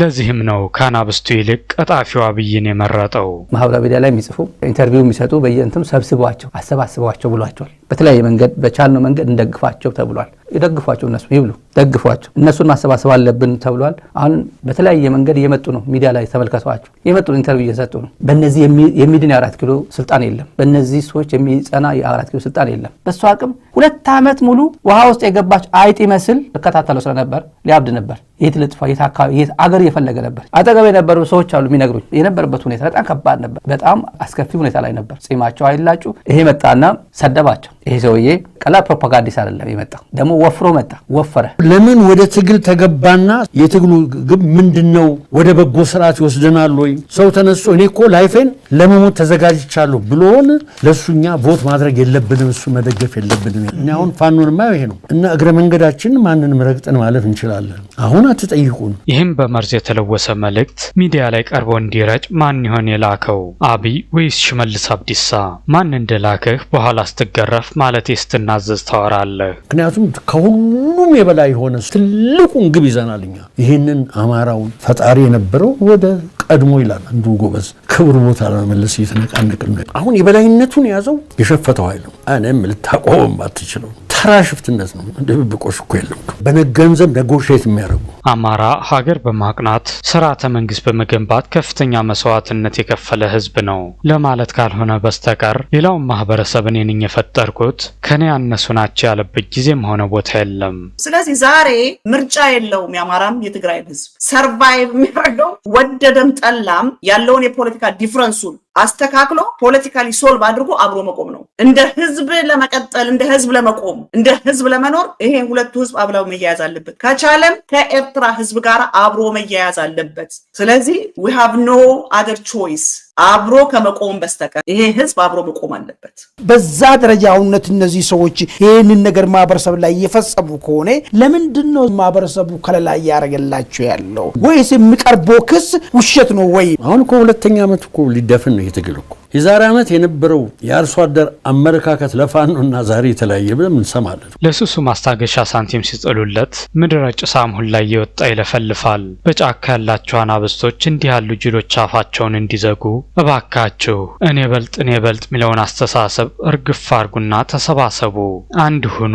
ያለፈው ጊዜማ አብሯቸው እኮ ተነሳ። በኋላ ሳይ እንዴት ነው ነገር ማለት ጀምሯል። ፕሮፓጋንዳ አይደለም የምሰራው፣ እውነቱን ነው የምነግርህ። እነሱም ያውቁታል። ብዙ ጊዜ እንደ ድሮ እኮ ድል ያመለጣችሁ ብዙ ጊዜ የሚገኙት በሚሊተሪ ኦፕሬሽን የሚመቱት እኮ ህዝቡ እየሰጠ ነው። የእናንተ እንዳለ መሆን ምን ያህል ትግሉን ወደ ኋላ እንደጎተተው ምን ያህል የደጋፊውን ሞራል እንደሰበረው እንዴት አይገባችሁም? ጭራሽ ጠላት ያነሰን ይመስል እርስ በርስ መናቆር ምን ሚሉት እብደት ነው? አብይ አህመድ ቀደም ብዬ እንደቃል የነገርኳችሁ ተመልካቾች የህወሓት የደስታ መግለጫ ብሎ የጻፈው የደስታ መግለጫ እንኳን አደረሰ ብሎ ለህወሓት TPLF ኦቨር ነው ከባን ጋር እንነጋገር መቼም ምንድነው 2 ዓመት ሙሉ ያባበለ አብይ አህመድ አላግባብ ነገሮች አቢዩስ ያደርገው እና ሰንጥቄ ገብቼ ኢንፊልትሬት አድርጌ ገብቼ እዚህ አካባቢ እጫወታለሁ ሲል ነው እንዴ ይሄ የኛ ቀይ መስመር ነው ብሎ ቁልጭ አድርጎ ሲነግሩት ከዛ በኋላ እንኳን አደረሰ ህወሓት አለው። ወደሽ ነው ወይ የሚል ተረት አለው። ወደሽ ነው ወይ የሚደስ እንዴት ነው ወለጋ ሰዎች ተገደሉ፣ አማራው ተገደሉ ብለ ጎጃም ግድያ ማስገባት አለብን እንዴ? እንዴት ነው እንደዚህ የሚሆነው? እንዴት ነው ባንድ 32 33 ዓመት የሞላ ጎረምሳ በስልክ እየተነገረው ግደሉ ግደሉ ማለት ይችላል? ይሄ ትክክል አይደለም። ህዝቡ እኮ እየተናገረ ይሄ ሰው የሚሰጠው አመክንዮ ሁሉ እርስ በርሱ የሚቃረን ነው። እንደሱ አስተሳሰብ ከሆነ ከክልሉ ውጭ ያለው አማራ እየተለቀመ ሲታደን አማራ ክልል ውስጥ የሚኖረው ህዝብ ጸጥለጥ ማለት አለበት። ይሄ ጅላንፎ ወለጋ ያለውን ሲጨርሱ ነገ ደግሞ እሱ የሚኖርበት አዲስ አበባ ውስጥ ገብተው እንደሚያድኑት አያውቅም እንዴ?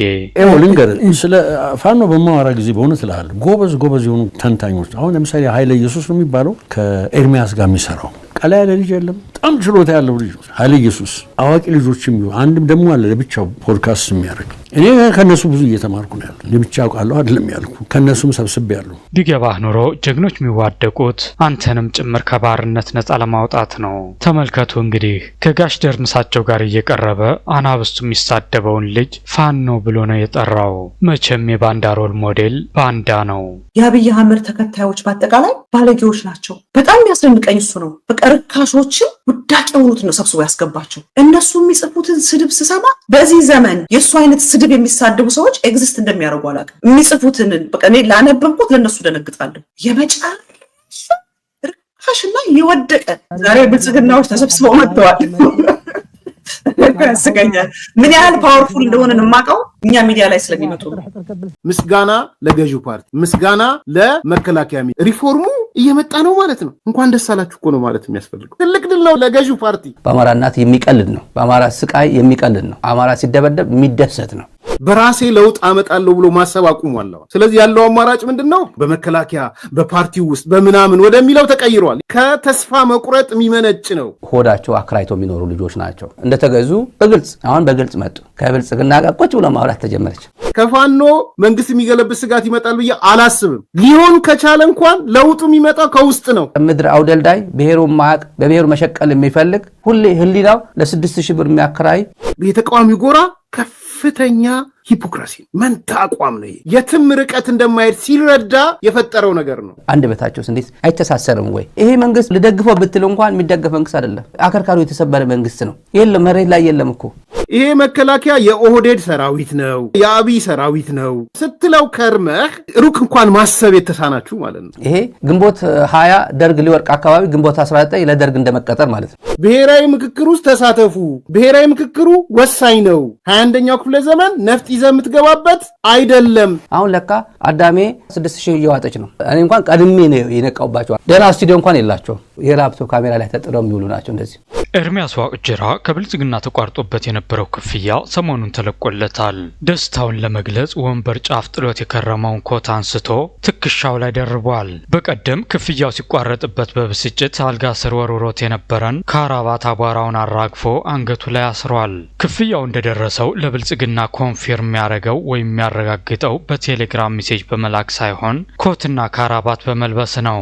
ጀነራሉ በክፍል 1 በክፍል 2 ያስተላለፉት ትልቁ ስዕል ሌላ ጀነራል አለምሸት ደግፌና የሆነች ደቂቃዎች የተላለፈ ማለት የፖለቲካው ባህሪ እሱ ሆኗል። የጀነራል አለምሸት ደግፌ ተነሳና ልክ የሳቸው ሲያቆም ደግሞ አሁን ጀነራል ከበደ ረጋሳ መጣ። በኤርሚያስ አስተሳሰብ ኦሮሞ የሆነ ሰው ሁሉ በሌላ ብሔር ተወላጅ አፍ መተቸት ብቻ ሳይሆን መመስገንም የለበትም። እንደ ጋሻ ቡጀዴ ከሆነ የኦህዴድ ጀነራሎችን በበጎም ሆነ በመጥፎ ለማንሳት የግድ ከኤርሚያስ ብሔር መወለድ አለብህ። የልጁን መብሰክሰክ ስመለከት የጀነራሎች ለስላሳ ትችት ከብልጽግና ይልቅ የኤርሚያስን ስሜት አብዝቶ ጎርቶታል። ይሄ የተቃዋሚ ጎራ ይሄ ዛበላች ዛው ተፋች ፖለቲካ የራሱ ስላለቀበት በራሴ ለውጥ አመጣለሁ ብሎ ማሰብ አቁሟል። ስለዚህ ያለው አማራጭ ምንድነው? በዚህ በውስጥ በመከላከያ በፓርቲው ውስጥ በምናምን ወደሚለው ተቀይሯል። ጃል ኤርሚያስ ግራም ነፈሰ ቀኝ ዘንድሮ ለውጥ መምጣቱ አይቀሬ ነው። አገዛዙ ስሩ ተቦርብሮ ስለደረቀ ግንዱ ተገዝግዞ ስለዘመመ የትኛውም አካል ሲያልፍ ትንሽ ነካ ቢያደርገው ሊወድቅ ይችላል። ጃንሆይም ሆነ ደርግ በተዳከሙበት ጊዜ ወታደሩ ሊገለብጣቸው ሞክሯል። አሁንም ቆንጆቹ ሸገር ከመረሳቸው በፊት እነ ብርሃኑ ጅሎ አብይ አህመድን ሊፈነግሉት ቢሞክሩ አይገርመንም።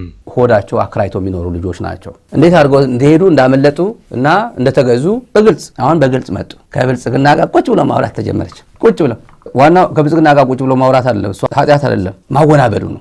ማወናበድ እኔ የዚህ መንግስት ቁጥራን ክሪቲክስ ነኝ። ግልጥልጥ ብለን ብትወጣ ችግር የለውም። ይሄ መንግስት እኮ እንደዚህ ያደረገ ነው። ከዛ በኋላ ይሄ መንግስትማ ሞቶ በፍጹም ማሸነፍ አትችልም እያለ 10 ጊዜ ትግራይን ይቅርታ ሲጠይቅ የነበረ ምድር አውደልዳይ ብሔሩን ማቅ በብሔሩ መሸቀል የሚፈልግ ከመጣም ለውጥ ባይዘው ብልጽግናም ላይ ይሁን ከውስጥ ነው ለውጥ የሚመጣው። ከትግራይ የሚመጣ ለፌደራል መንግስቱ ስጋት አለ ብዬ አላምንም። ከፋኖ መንግስት የሚገለብጥ ስጋት ይመጣል ብዬ አላስብም። ሊሆን ከቻለ እንኳን ለውጡ የሚመጣው ከውስጥ ነው።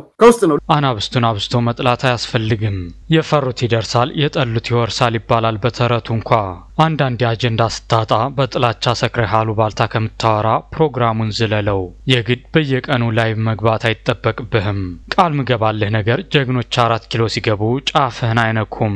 የጡት አባትህን ግን አሳደው በካልቾ ጠልዘው ዘብጥ ያወርዱታል። ለዚህ ነው ይሄ ኃይል በውጭ ሞከረና ተስፋ ሲቆርጥ ወደ ውስጡ መጣ። አሁንስ ተስፋዬ ማን ነው?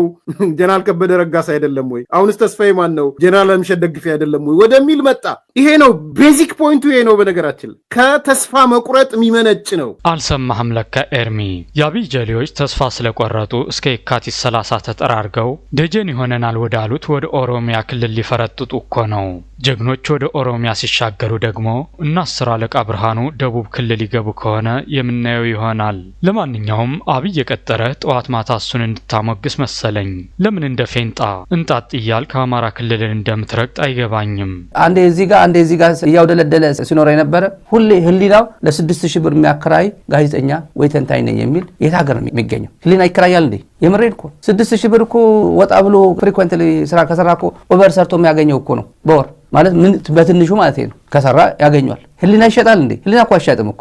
ኢሳት ቁጭ ብለ ስትበላ የነበረ ልጆች ስታሳድግ የነበረ መጨረሻ ላይ መጥቶ ብልጽግና የትግራይ ጦርነት ደግፍና እንደዚህ ያደርግ ብሎ ሲከፍል የነበረ መጥቷል። ብልጽግና ቁጭ ብሎ ይከፍላል። የራሱ አክቲቪቲ የትም ርቀት እንደማይሄድ ሲረዳ የፈጠረው ነገር ነው። የተቃዋሚው ምንድን ነው የሚያሳየው የሚለው ነገር አንደኛ መርህ አልባነት ነው። አሁን መጥተህ ጀነራል ከበደ ረጋሳ ይሄን ብሎ ስትል የተቃዋሚው ጎራ ከፍተኛ ሂፖክራሲ መንታ አቋም ነው። ተቃርኖ ውስጥ የገባ መንታ አቋም ነው። እንደ ኤርሚ አይነት የማንነት ቀውስ ያለበት አቋም አልባ በምን ሞራሉ ነው ስለ ሂፖክራሲ የሚያወራው? ደንበኛ ሂፖክራት ከኤርሚያስ ወዲያ ላሳር አጅሬው ዛፍ ላይ እንዳለች ጦጣ ከፓርቲ የሚዘለው ያልተገላበጠ ያራል ሚለውን አባባል በተግባር ለመኖር አስቦ ይሆን? ወደ ኋላው ዙርና ምንድን ነበር ስለ የነበረው በልና ራስን ጠይቅ። እስቲ ምንድነው ስለ የነበረው? ምንድነው ስናገር የነበረው ብለህ ጠይቅ። ዛሬ መዳንን ከጀነራል ከበደ ረጋሳ እየፈለክ ያለው ማለት ነው። ሌሎችን ከመጠየቅህ በፊት ራስህን መርምር እስኪ። የትናንት አቋምህ ምን ነበር? አሁን ስልጣን ከእጃችሁ ሊወጣ ሲመስልህ ተገልብጠህ መጣ። በአቋሙ የጸና ሰው ይህን ጥያቄ ቢጠይቅ ባልከፋ ነበር። ለወደፊቱ ግን እኛ ጋር መጠህ ለመለጠፍ አትሞክር። እንዲህ እንዳሆኑ ጭምብልህን አውልቀህ ቦታህን ፈልግ። የማንም አልፎ ሀጅ መሃላችን ገብቶ እንዲያቦካ ሁለተኛ አንፈቅድም። እኔ እውነቴ ነው። አንዳንዶች እንዴት ይታዘዝላቸዋል? አንድ በታቸውስ እንዴት አይተሳሰርም ወይ? እሱ ነው ጥያቄ። ነገስ ወዴት ነው የሚሄዱት ነው? ይሄ መንግስት ልደግፈው ብትል እንኳን የሚደገፍ መንግስት አይደለም። አከርካሪው የተሰበረ መንግስት ነው። የለም መሬት ላይ የለም እኮ። ቢደግፈው እኮ ጃዋር ነበር እኮ አጠገቡ የነበረ። መደገፍ አለብን በቃ ብሎ መጀመሪያ ሞቻ አድራለሁ ዘራፍ አካኪ ዘራፍ ሲል ነበር እኮ ጃዋር ነበር መጀመሪያ። መደገፍ አለብን ሆኗል። በቃ ሰውዬው ወደ ስልጣን መጥቷል። ስለዚህ ያለን አማራጭ መደገፍ አለብን ብሎ ዛሬ መዳንን ከጀነራል አለምሸት ደግፌ እየፈለክ ያለው አካል ምንድነው ስትሉ የከረማችሁት? ይሄ መከላከያ የኦህዴድ ሰራዊት ነው። ይሄ መከላከያ የአብይ ሰራዊት ነው። ይሄ መከላከያ ኦሮሞ ሰራዊት ነው። አልፋችሁ ሄዳችሁ የአንድ ብሔር ሰራዊት ነው ስትለው ከርመህ እንደው ትንሽ አይምታታባችሁ? አልተሰሳትንም። የጸጥታ መዋቅሩ በሙሉ ከአየር ኃይል እስከ እግረኛ፣ ከደህንነት እስከ ፖሊስ፣ ከፌደራል ፖሊስ እስከ ሪፐብሊካን ጋርድ የሚሸረበው ባጎትህ ልጆች ነው። ያ ማለት ግን ከብዙሃን መካከል ለዘር የሚሆን ጻድቅ የለም ማለት አይደለም። ያገዛዙ ቁንጮች የሚፈጽሙትን ግፍ የሚቃወሙ ንጹህ የኦሮሞ ልጆች እንዳሉ እናውቃለን። ዛሬ ጀነራል ከበደ ረጋሳ ጀግናውን ወጣ እንዲሆነ ወጣ መሰልቸቱን ተናገረ ስትል ምንድነው እያልክ ያለው? በነገራችን ላይ ጀነራል ከበደ ረጋሳም ሆነ ጀነራል አለምሸት ደግፌ የኦሮሞ ልጆች ናቸው። እናንተ ከምታስቡት ብሔር የወጡ ሰዎች ናቸው። እኛ ከማንነታቸው ጉዳይ የለንም። አብይን ምራም ብለን በፍቅር ስንቀበለው ብሔሩን አይተን ደም ጥራቱን መርምረን አልነበረም። አሁን የተቃወምነውም በብሔሩ አይደለም፣ ስብናው ስለተበላሸ መስመር ስለሳተ እንጂ። ድሮስ የበረከት ስምኦን ደቀ መዝሙር ሆነህ ከሸር ውጭ ምን የረባ ነገር ልታወራ? ይሄ በሞተ ሰዓት ላይ ለመደገፍ ይሄ ግንቦት 20 ደርግ ሊወርቅ አካባቢ ግንቦት 19 ለደርግ እንደመቀጠር ማለት ነው። ለደርግ ወታደር እንደመቀጠር ማለት ነው። የብልጽግና ተቀጣሪ ሆነ 6000 ስለሚከፍል ዝም ብሎ አንዳንዱ ብሔር የለው ለአንዳንዱ ብሔሩም ትዝ አይለው ማንም። አሁን አጌና ትዝ ይሏል አይለውም። እርግጠኛ ነኝ ብሔር ምንድነው ብትል አማራ ይላል። አማርኛ ሲያወራ ስለአወራ ምናልባት ትዝ ይለው ከአማራ ጋር ትንሽ አሶሲዬት ይቅርታ አድርጉልኝ አማራ ተወላጆች፣ እናንተ ሰው አይደለም እርግጠኛ ነኝ። ምክንያቱም በአማራ እናት የሚቀልድ ነው፣ በአማራ ስቃይ የሚቀልድ ነው። የአማራ ስቃይ እንዲራዘም አማራ ሲደበደብ የሚደሰት ነው። ጀነራል ከበደ የኦቦ ረጋሳ ልጅ ነው። ሩቅ እንኳን ማሰብ የተሳናችሁ ማለት ነው። ማለት በእናንተ ስሌት ውስጥ ገብቼ ነው። በነገራችን ዞሮ የመርህ ማጣት ነው የምመለከት፣ መርህ አልባነት ነው የምመለከት። በጣም ሂፖክራቴ መሆን ነገር ነው የምመለከት። ሁለተኛ እንደው እኔ እናንተ ጫማ ውስጥ ልግባ በቃ ያላችሁት ትክክል ነው ብዬ በጋሽ ደርምሳቸው አንደበት ስለ መርህ ማውራት፣ ስለ ሩቅ ማሰብ መተንተን ትንሽ አይከብድም? የብልጽግና ወሬ ለቃቃሚ ከሆዱ ውጭ ምን ይታየውና ርቆ ይመለከታል? በነገርህ ላይ ብዙ እናውቃለን። የጀነራሉን ብቻ ሳይሆን ጃል ኤርሚያስ ለገሰም የኦቦ ዋቅጅራ ልጅ መሆኑን ደርሰንበታል። እናንተ ባሰባችሁት መንገድ ላስበው። ያ ከሆነ እኮ ለገዢው ፓርቲም ለመከላከያ ሚኒስቴርም እንኳን ደስ አላችሁ እኮ ነው ማለት የሚያስፈልገው። ለምን እንኳን ደስ አላችሁ የሚያስፈልገው? ምክንያቱም ጀነራል ከበደ ረጋሳ እኛ የማንም አይደለንም። እሱ ነው ፕሩፍ እያረጋችሁላችሁ ያላችሁ። ብልጽግናን እንኳን ደስ ያለ ሳይሆን እግዚአብሔር ያጽናህ ብንለው አይሻልም? ስገምት ሁለቱም ጀነራሎች እኔ ከደሙ ንጹህ ነኝ እያሉ እጃቸውን በውሃ የታጠቡት ከሚመጣው መቅሰፍት ራሳቸውን ለማትረፍ ፈልገው ነው። እና እንደነገርሁህ የደስታው ፌሽታ ይቆይና የሐዘን ድንኳን ብጥል ነው የሚሻለው። ዋናው የተማርኩት ነገር ህሊና ይከራያል። ለአንድ ወር በስንት ብር ህሊና ታከራየኛል? አይ በ6000 አይ ትንሽ ጨምር አድርገው ኮስት ኦፍ ሊቪንግ ጨምሯል። እኔ ሌላ ስራ የለኝም እዚህ ጋር ተጥጀንም መውለው ናጌናም የድሮ የኢሳት ቅልቦች በየወሩ ህሊናቸው የሚያከራይ ልጆች አሉ። በነገራችን ህሊና በ6000 ይከራያል። ለ6000 ነው የሚከራየው። ይሰማ ነው። ይሄን ሁሉ አሁን የብልጽግና አፈቀላጤ ሆኖ ከኢሳት ወጥቶ ኒውትራል ነኝ እያለ እዚህ ጋር ሲቀልድብን የነበረው ምድሩ በኋላ ደረስንበት። 6000 ነው የሚከፍሏቸው $6000። ስለዚህ እኚህ ሰው ወይም መከላከያ ኢንጀነራል ከአብዮታዊ ዲሞክራሲ እስር ቤት ወጥቷል ማለት ነው። ይሄ እኮ ትልቅ ድል እኮ ነው ለመከላከያ፣ ትልቅ ድል ነው ለገዢው ፓርቲ። በነጻነት አስበው ህሊናቸው አስበው የሚናገር ሰዎች ፈጥረዋል ማለት ነው። ቀድሞ ቢያረጉት ነበር እንጂ አሁን ስለደፈሩ ብዙ አይገርመንም። በአገዛዙ መውደቂያ ዋዜማማ ሁሉም ይናገራል። ጓድ መንግስቱ ኃይለ ማርያም ወደ ዚምባብዌ ከመፈርጠጡ ጥቂት ቀናት በፊት በተካሄደው የመጨረሻው ሸንጎ ላይ አባላቱ በድፍረት ይናገሩ ነበር። መንገን ያንጓጥጡት ነበር። ምክንያቱም ምንም እንደማያረጋቸው አውቀዋል። አቅም እንደሌለው አረጋግጠዋል። አሁንም የሆነው ከዚያን ጊዜ የተለየ አይደለም። ጀነራል ከበደ ረጋሳን የመሰሉ ጀነራል አለምሸት ደግፌን የመሰሉ መንግስት ተናገሩ ብሏቸው ነው የመጡት ካላላችሁ በስተቀር ማለት ነው። የመንግስት አፎናችሁ ውጡና ከብዶናል እንዲበሉ ብለው ተብለው ወጡ ብላችሁ ሌላ ጀስቲፊኬሽን ካላመጣችሁ በስተቀር አሜሪካ ያለው አንተን አገዛዙ ጨውያ ስላሰማናገር ከቻለ አፍንጫው ስር ያሉ ፍርፋሪ ለቃሚዎችን ቁጭ ብድግ ያሰራቸው ምን ይገርማል? ኦህዴድን ለመከላከል ምታረገው አይን ያወጣ ቅጥፈት ይገርማል። በርግጥ በጀነራሎቹ ንግግር አንጀታችሁ መላጡን መደናገጣቸውን ፊታቸው ያሳብቃል። አምባሳደር አይከፈለው 6000 ዶላር በዚህ አጋጣሚ ድሮ በኢሳት ጊዜ በተለይ ደግሞ በጦርነቱ ትግራይ በሚወርበት ጊዜ 7000 6000 የሚከፈላቸው እንደነበር ሰማለን። ኤምባሲ ይሄዱ የሚቀበሉ ከዛ በኋላ አቋርጦታል ሰምተን ነበር። አሁን ለካ አዳሜ 6000 እየዋጠች ነው ገባና እኔ እንኳን ቀድሜ ነው የነቃውባቸው። አንዳንዶች ቀድሜ መጀመሪያ የነቃውባቸው ሰው ሲወናበድ መጀመሪያ መትቻቸዋለሁ ምድር አጋሱስ ጀነራል ከበደ ረጋሳን ካጀገናችሁ እውነቱን ተናገረ ካላችሁ ሊሆን የሚችለው ምስጋና ለገዢው ፓርቲ ምስጋና ለመከላከያ ሚኒስቴር ቢኮዝ ከአብዮታዊ ዲሞክራሲ እስር ቤት ተለቀዋል ማለት በነፃ ማሰብ ጀምረዋል፣ በነፃ መነገር ጀምረዋል ማለት ነው። በል ወደዛ ራስን ችለህ አሽቃብጥ። እጅህ እስኪመለጥ ማጨብጨብም ሆነ ጉሮሮህ እስኪደርቅ ማመስገን ትችላለህ። አጅቡኝ ብለህ መጠየቅ ግን አትችልም። እኛ ምን አገባን አንተ በበላኸው ምናገሳ፣ ምን አየን ብለን አንተ በጠጣኸውን ሰክራለን። ኢቭን ቢሆን ነው ያልኩ ያለው ህሊናቸው በነፃ ማሰብ ጀምረዋል፣ የምሁር ጭንቅላታቸው መጠቀም ጀምረዋል ማለት ነው። ሪፎርሙ ይሄ ነው ማለት ነው። ስለዚህ መከላከያ ሪፎርሙ እየመጣ ነው ማለት ነው። ወታደራዊ ኃይሉ ከፖለቲካ ኃይሉ የተለየ አመለካከት ማንጸባረቅ ቻለ ማለት ነው። ሪፎርም ይላል እንዴ? እኛ ያየነው ለውጥ ሳይሆን ነውጥ ነው። አሳማ ሊፕስቲክ ቢቀባ አይቆነጅም። ብልጽግናም ለውጥ በሚል ፕሮፓጋንዳ ሞገዱን ስላጣበበ ብቻ የትግማማ ማንነቱን አይደብቀውም። በኦህዴድ ተከፋይ ካሬዎች የሐሰት ወሬ የሚቀዘቅዝ ትግል የለም። እረፍ ቁም ያለሁ ለማለት አጥሬና ትደገፍ። በመስመርህ ፍካ፣ በድንበርህ ለምልም። በያልጋህ ላይ ደር፣ በየእንቅልፍህ አልም አይደል ያለው ገጣሚው። አዲስ አበባ ያለው ማንም ሼር አድራጊ ሳብስክራይብ አድርግ ወይ ድማ ላይክ አድርግ የሚባል ዝም ብሎ የብልጽግና አክቲቪስት እኮ 50 ሚሊዮን 40 ሚሊዮን መሬት ይሸጣል አዲስ አበባ ውስጥ እየተሸነሸነ እየተሰጠ። አሁን ባለው አሰላለፍ ደግሞ ግራ ተጋብቷል። ምክንያቱም ነገሮች እየመጡ ነው። ነገሮች ወዴት እየሄዱ እንዳለ እያየን ኑሮዋቸው በብልጽግና የሞተ መንግስት ለመደጎም በሚዲያ ለመደገፍ ሚዲያ ላይ ተጥደው የሚውሉ ደህና ስቱዲዮ እንኳን የላቸውም። ያም ደግሞ በአደባባይ በህዝብ ፊት በፓርላማ ተወካዮች ፊት በተቃዋሚ ፓርቲዎች ፊት የሚያመላክተው ነገር የመከላከያ ኃይሉ በህሊናው ማሰብ ጀምሯል ማለት ነው። ሰዎች በነፃነት አስበው መናገር የሚችሉ ትንሽ አረጋጋው እንጂ የምን መውረግረግ ነው? ተጽፎ የተሰጣቸውን ከሆነ ሲያወሩት በራሳቸው ተነሳሽነት ያወሩት እንታየ ደንዳ እነ ገብርዬ የት እንዳሉ እናውቃለን። እኔ ብቻ ነኝ አዋቂ ከኔ ወዲያ ላሳር። አይናችሁን ጨፍኑና ላሙኛችሁ ማለቱ ይቀርብህ። ምናልባት በራሳቸው ተናግረው ከሆነም የብልጽግና መልፈስፈስና ጀነራሎቹ ከቁጥጥራቸው ውጭ መውጣታቸውን ነው የሚያሳየው። ከፓርቲ ወጥተው አሉ ተፈጠሩ ማለት ነው። ይሄ ደግሞ ኩራት ነው መሆን ያለበት። በድፍረት የሚናገር ጀነራል ካገኘ ኩራት ነው። አሁን ይሄን ሁሉ ማነሳው እናንተ ባነሳችሁት ስኮፕ መሰረት ቢሆን ማለት መቼም ኤርሚ ነውር ክብርህ ውርደት ኩራትህ ነው።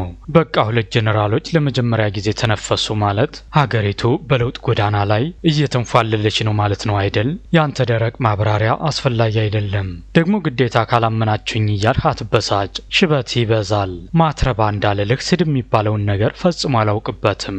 ደህና ስቱዲዮም የላቸው የላፕቶፕ ካሜራ ነው እንዲህ ብሎ የላፕቶፕ ካሜራ ላይ ተጥረው የሚውሉ ናቸው። እንደዚህ ገንዘብ ግን መንግስት ይከሰክሳል፣ ያፈሳል። ችግር የለበትም። ስለዚህ ጉዳይ ዩቲዩብ ላይ ያሉት የሚደፍሩታሉ አይደል? እነዚህ ቀማምሰው ቅጣሉ ምናምኑ አግበስብሰው የሚገቡ እነሱ ሲዘላብዱ ነው የሚሉት። እነሱ ጄኔራሉ ማዕከል ያደረገውና ማስተላለፍ የፈለገው መልእክት ብሔራዊ ምክክሩ ለኛ ወሳኝ ነው የሚል ነው ያስተላለፈው። ቁልፉ ነጥብ እሱ ነው። ብሔራዊ ምክክሩ ውስጥ ተሳተፉ፣ ብሔራዊ ምክክሩ ወሳኝ ነው። እናንተ ፖለቲከኞች ሆይ እባካችሁ ቁጭ ብላችሁ ተነጋገሩ።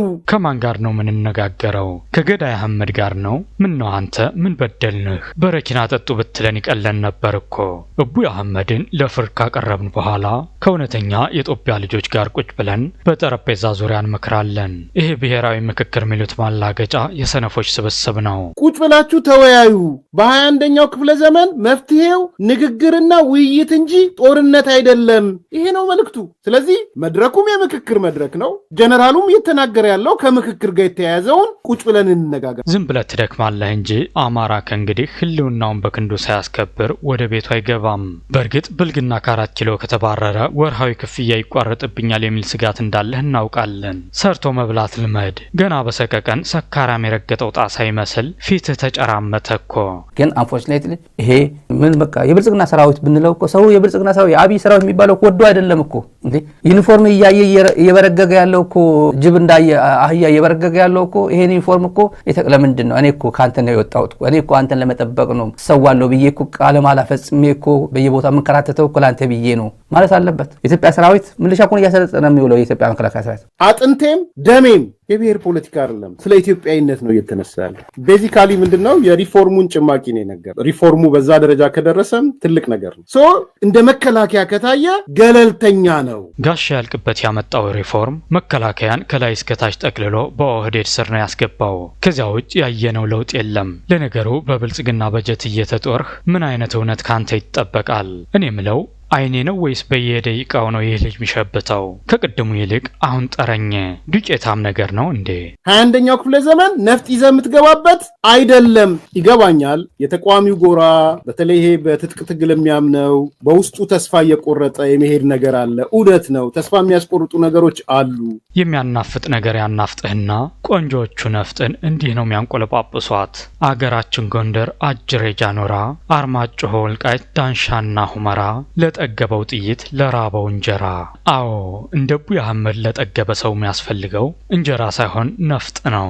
ተስፋ የቆረጠው ደግሞ ማን እንደሆነ እያየነው ነው። የኢትዮጵያ መከላከያ ሰራዊት ነኝ እያለ በሰው ክልል ገብቶ እየከፋፈለ ጥላቻ እየነዛ ድንበር መጠበቅ ሲገባው መሃል ኢትዮጵያ እምብርት ላይ መጥቶ ሰራዊት ነኝ እያለ ማን ሊጠብቅ ነው? ሰውየው ባንዲራ ይዞ የማያደርገው ኮፍያ የኮማንዶ ነው። ኮማንዶ እየመረጠ ይሄ ያምርብኛል ብሎ ምን እንደሚደረግ እንኳን አያውቅም። ግን ያምርብኛል። ዛሬ የቱርክ ልብስ ይለብሳል፣ በማክሱ የዩናይትድ አረብ ኤሚሬትስ ዩኒፎርም ይለብሳል። የኢትዮጵያ ዩኒፎርም እንኳን ለይቶ የማያውቅ ነው። እነዚህ ጀነራሎች ይሞታሉ፣ ያገለግላሉ፣ ራእያቸው ጨልሞ የተራዘመ ጦርነት ማድረግ አይቻልም። ይሄ እውነት ነው። አገርም ይዳከማል፣ ታጣቂው ማይል ይዳከማል። ፕላስ ወደ ጫካ መግባት በ21ኛው ክፍለ ዘመን ብዙም ያዋጣ አይደለም። ዓለም ወደ እሱ አይደለም እየሄደ ያለው። ስለዚህ እኔ ሳጠቃልለው እየመጣ ያለው ነገር ከሪፎርሙ ጋር የተያያዙ ነገሮች ተደርገው ሊታዩ የሚችሉ ነው የሚመስሉኝ። ልክ ብለሃል። አገዛዙ ተንኮታክቷል፣ ደክሟል፣ ክንዱ ዝሏል። እየተነፈሰ ያለው በኦክሲጅን እርዳታ ነው። የአገሪቱ ኢኮኖሚ ሸብረክ ብሎ የቆመው የዓለም ባንክ በወረወረለት ድጎማ ነው። የዲያስፖራውን የፕሮፓጋንዳ ክንፍ የምትመሩ ሰዎችም አልተመቻችሁም።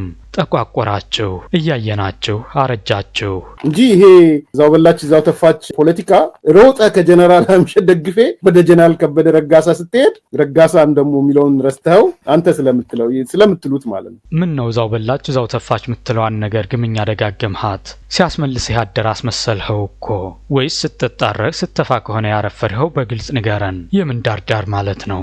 ለማንኛውም ግን ብርሃኑ ጅሎ ከቴሌቪዥን ርቋል። ያሰካራም ፊቱ ትንሽ ስለናፈቀን ሰላም በልልን፣ ከቻልህ ጉንጩን ሳምልን። ልጅ ልጄን ዩኒቨርሲቲ ያስገባሉ ምናምን ብሎ በርካታ ይሄ ፋሚሊ ነገር የነበረውና ህይወታቸውን ወደፊት የማየት ጨልሞባቸዋል መከላከያ። አብዛኛው አንዳንዶቹም የተመቻቹ አሉ። በፈለጉ ቪዛ አስመትተው ወደ ውጭ እየላኩ የተቀመጡ አሉ። በርካታ ጀነራሎች አሉ ሜሪላንድ እዚህ አንደኛ ስም መጥቀስ ይቅርብን እንጂ አሉ። ብቻቸው ኢትዮጵያ ውስጥ ያሉ ሚስታቸው ልጆቻቸው አሜሪካ ልከው እኛ ኢትዮጵያ ሰራዊት ምናምን የሚሉ አሉ። ግን ልጆቻቸው የሉበትም እዚህ ጋር የሉም። በቃ አሁን ቆይቶ ናቹራላይዝ አድርገው ሲቲዝን ነው የአሜሪካ ሲቲዝን ነው የሚሆኑት። የኢትዮጵያ ሰንደቅ ዓላማ የተፈታው እኮ ነጻነቱን ያገኘው እኮ የጠቅላይ ሚኒስትር አብይ መንግስት ወደ ስልጣን ከመጣ በኋላ ነው። ነጻነት ሲመጣ የኢትዮጵያ ሰንደቅ ዓላማ ተፈታ። ሚዲያዎች አሉ አይደል? ቆረቆንዳ ሚዲያዎች አሉ፣ አገልጋዮች አሉ፣ የክራይ ሚዲያዎች አሉ። ማንንም ይከራያቸው። ጠንካራ መንግስት ያውም አምባገነንም ቢሆን ለኢትዮጵያ ዘላቂነት ዋስትና ነው። ሁሉም ይቀባበለው ጋዜጠኛ አንልም። ሬሳዎች ናቸው እነዚህ። በአሁኑ ወቅት የዚህ ፋኖ ምናምን የሚባል ብሔርተኛ እንቅስቃሴ ባንዲራውን ሲይዞ ረክሷል። እዚህም የተነሳ ራሳቸውን እንደ ኢትዮጵያ የሚገልጹ ሰዎች አሁን ግን ኮከብ ያለበትን ይፈልጋሉ። ስለ ብሔሩ ምንም ማያወራ እዛ ተጥሎ ያለ ብሔሩ ምንድነው ሲባል እንትና ነኝ በሚቀጥለው ዓመት እንትና ነኝ ብሔሩ እየቀየረ ተኩሽ ምናምን ቤተ መንግስት ደርሳለሁ የሚለው አሁን የሆነ መንደር ውስጥ ጅራፍ እንደማጮህ እየተቆጠረ ነው። የሞተ የተደመደመ ነገር አድርጎ መውሰድ ይቻላል። አድቅቀን መጨረስ አለብን ሲል የነበረ መደዴ አከርካሪው ሰብረን ከጣልነው በኋላ መጡ። አሁን አሰብስበው መጡ። ለምንድን ነው የሚቃወሙት? ጥያቄያቸው ምንድን ነው? ያው ሁሌ የሚነሳ የግድያ ታሪክ ያመጣል። አሁን አንዳንድ ወደ ኋላ ተመልሼ ከቤተ ክርስቲያን የሚወጡ መግለጫዎችን ሳይ በጣም ይገርማል። መንፈሳዊ ሰዎች ናቸው ወይ እንዲያተ መግለጫ የሚያወጡት? ምርር እያለ ስለሆነ እኛ ምርር ያለ ኮሜንት ይዘን መጣለን። በሚቀጥለው ፐርሰናል ጉዳዮችም ጭምር አንስተን ፕሮፌሽናል ብቻ ሳይሆን ፐርሰናል ጉዳዮች እያነሳን ጭምር መጣለን። አገለልክ አላገለልክ የሆነ ቀበሌ ላይ እንኳን ትርጉም ያለው እንቅስቃሴ ማድረግ የማይችል ስብስብ ከነሱ በላይ ስልጣን ላይ ያለው መንግስት ባንዲራውን ነጻነት የሰጠ መንግስት መሆኑን አሁንም መጥቶ ይጨማለቁብናል። መጥቶ የሚቀጥሉት ታያላችሁ። አንተ ሰውዬ ግን ለምን አትበላም? ኦህዴድ ከድሃው ጉሮሮ እየቀማ የሚወረውርልህ ገንዘብ ቢቀርብህስ? በስተርጅና ከዚህ ከወደቀና ከበሰበሰ ስርዓት ጋር መዛመድ ምን ይሉት ቅብጠት ነው? ይሄንን ብቻቸውን ብሶተኛው ካምፕ ላይ የሚያስተጋቡትን ሲጠየቁ ምን እንደሚመልሱ ማወቅ እንፈልጋለን። ለምንድን ነው የሚቃወሙት? ጥያቄያቸው ምንድን ነው? ሰላም የሚለውን አጀንዳ ብዙዎች ያውለበልባሉ። ሰላም የነሳን ማን ነው? ከመትገባንበት የሰላም እጦት እንዳንወጣ ምክንያት የሆነውስ ማን ነው? የሰው ልጅ የተደበቀ ስብና የሚገለጠው በክፉ ቀን ነው። በደህና ዘመንማ ሁሉም ሰው መልካም መስሎ ይታያል። ጃል ሲሳይ በደጉ ዘመን እንደ ዋርካ የገዘፈ ትልቅ ሰው መስሎ ይታይ ነበር። አሁን ግን ቀሎ ከሚዛን ጎሎ ከቁጥቋጦ አንሶ ተገኝቷል። የጋዜጠኝነት ሙያውን አሽቀንጥሮ ጥሎ የአብዮት አህመዱ ታፍነቃይ ሆኗል። ብቻቸውን የሚያወሩ ሰዎች ከሌላ ሰው ጋር ፊት ለፊት ሲጋጠሙ ሀሳባቸው ገለባና ገበያ ላይ ሊቆይ የማይችል መሆኑ ግልጽ ስለሚሆን እንዲያነ መድረኮችን ከሸሹ አንዱ የሽንፈታቸው ማሳያ ስለሚሆን መንግስት ከተረጋጋ በግርግር በመናምን በመዋጮ የሆነ ቦታ ይደርሰናል የሚለው ነገር እሱ አይኖርም። መንግስት ከተረጋጋ ሚዲያዎች አሉ አለ ቆረቆንዳ ሚዲያዎች አሉ። በዚህ የሚያሰማራቸው አንተ ይሄን አንግል ያዝ፣ አንተ ይሄን ያዝ፣ አንተ እንደዚህ ብሎ የሚያሰማራቸው አሉ። አገልጋዮች አሉ። የሚከራያቸው የክራይ ሚዲያዎች አሉ። ማንንም የሚከራያቸው ምንድነው ሚዲያቸው? ረሳቸው እኮ እነዚህ ሚዲያዎች እኮ ምናምን ብሎ የሚናገር ሰው አለ። ምን ብለን የሞቱ ነው? ቆሰሉ እኮ ምናቸው እንንካቸው? ቆሰሉ በቃ በዚህ ብነካ በዚህ ሬሳ ሆኑ እና ሬሳ ይመታል አይመታም እኮ ወደ ሬሳ ያልተቀየረ ገና በመቁሰል ላይ ያለ ትኩረት ማድረግ ነው እንጂ የሞተ ወይ የቆሰለ ሬሳ አይመታ ነውር ነው። አሁን ስልጣን ላይ ያለው መንግስት በጦርነት በሰዓት ውስጥ በፈተና ውስጥ ያለ አይመስልም። በርካታ ስራዎች እየሰራ ነው። የሚታዩ የሚዳሰሱ የሚጨበጡ ነገሮች እየሰራ ስለሆነ ከእንዲህ አይነት ኃይል ጋር ተፎካክሮ ወደ ስልጣን ለመምጣት ይቻላል የሚል ስጋት የገባቸውም ሰዎች ደግሞ አሉ። የማይቻል ሁለት ነገሮች አንደኛው ጨርሶ የማይሞከር እየሆነ ነው። በጉልበት አሁን የሆነ መንደር ውስጥ ጅራፍ እንደማጮህ እየተቆጠረ ነው። አሁን ተቃውሞ ይሄ መንደር ተኩሽ ምናምን ቤተ መንግስት ደርሳለሁ የሚለው ዝም ብሎ ጅራፍ ማጮህ አይነት ነገሩ ስለገባ ያ የማይሞከር የማይታሰብ የሞተ የተደመደመ ነገር አድርጎ መውሰድ ይቻላል። የጉባጣ አሽከር ሁልጊዜ አጎንብሶ ይሄዳል። ለምን ቢሉት ጌታዬን ለመምሰል ብያለ ይባላል። አረበጃን ሆይ አታስቀን ማለት ያታሳቀን። አሁንም ማይባስ ብሎ ቦጠሊቃው ሲያልቅበት ተረት ጨመረበት። የሲሳይ መንበቅበቅ የብልግናን ማለቴ የብልጽግናን መፍረክረክ ቁልጭ አድርጎ ያሳያል። ሁሉም የሚከራየው ብልጽግና የሚከራየው የኢህአዴግ አገልጋይ የነበረ መጥቶ አብይ የሚያገለግል መጥቶ እንደገና ብልጽግና ሁሉም ይቀባበለው ሚዲያ ልንለው አይችልም። ጋዜጠኛ ልንለው አንልም። ሰውም አይደለም። እነዚህ ሬሳዎች ናቸው እነዚህ እና ስለቆሰሉ ምን ይመታል? የቆሰለ ሰው ምኑ አካባቢ ነው ብትመታው ነው የሚሰማ? ሁሉም ስለቆሰለ አይሰማቸውም። ቋንጠው በየጊዜው አጀንዳ ይሰጣቸዋል። ጊዜ የለንም እንጂ አንዳንዴ ቆርጠው የሚልኩልኝ ልጆች አሉ ለሚዲያ ስለማይበቁ። ኢትዮጵያ መከላከያ ሰራዊት በአብዛኛው ያሉትን ነገሮች እየፈጻጸመ ለሚሊሻና ለፖሊሶች እሱን አስረክቦ ወደ እረፍት እንዲሁም ደግሞ ስልጠና የሚወስድበት ሁኔታ ውስጥ የሚገባበት ምዕራፍ ላይ ተቃርቧል። ስለዚህ ይሄኛው የጉልበት የአመፅ የምናምን መንገድ በብዙ መልኩ እየተዘጋ እየተገባደደ ስለሆነ በየሰፈሩ በየመንደሩ ጎጆ ቀልሶ በዛ መልክ መቀጠል የሚፈልገው ኃይል ኢትዮጵያ ፖለቲካ ውስጥ ህይወት እንዲኖር ከሰፈር ወጥተ ሀገራዊ ህልምና ራዕይ ተሸክመ በዛ መልክ መንቀሳቀስ የሚቻልበት ሁኔታ ውስጥ መግባት ይግድ ይላል። ብርሃኑ ጅሎ የሳክስ ሽልማት ቢያዘጋጅ ኦቦ ሲሳይ በአብላጫ ድምጽ የሚያሸንፍ ይመስለኛል።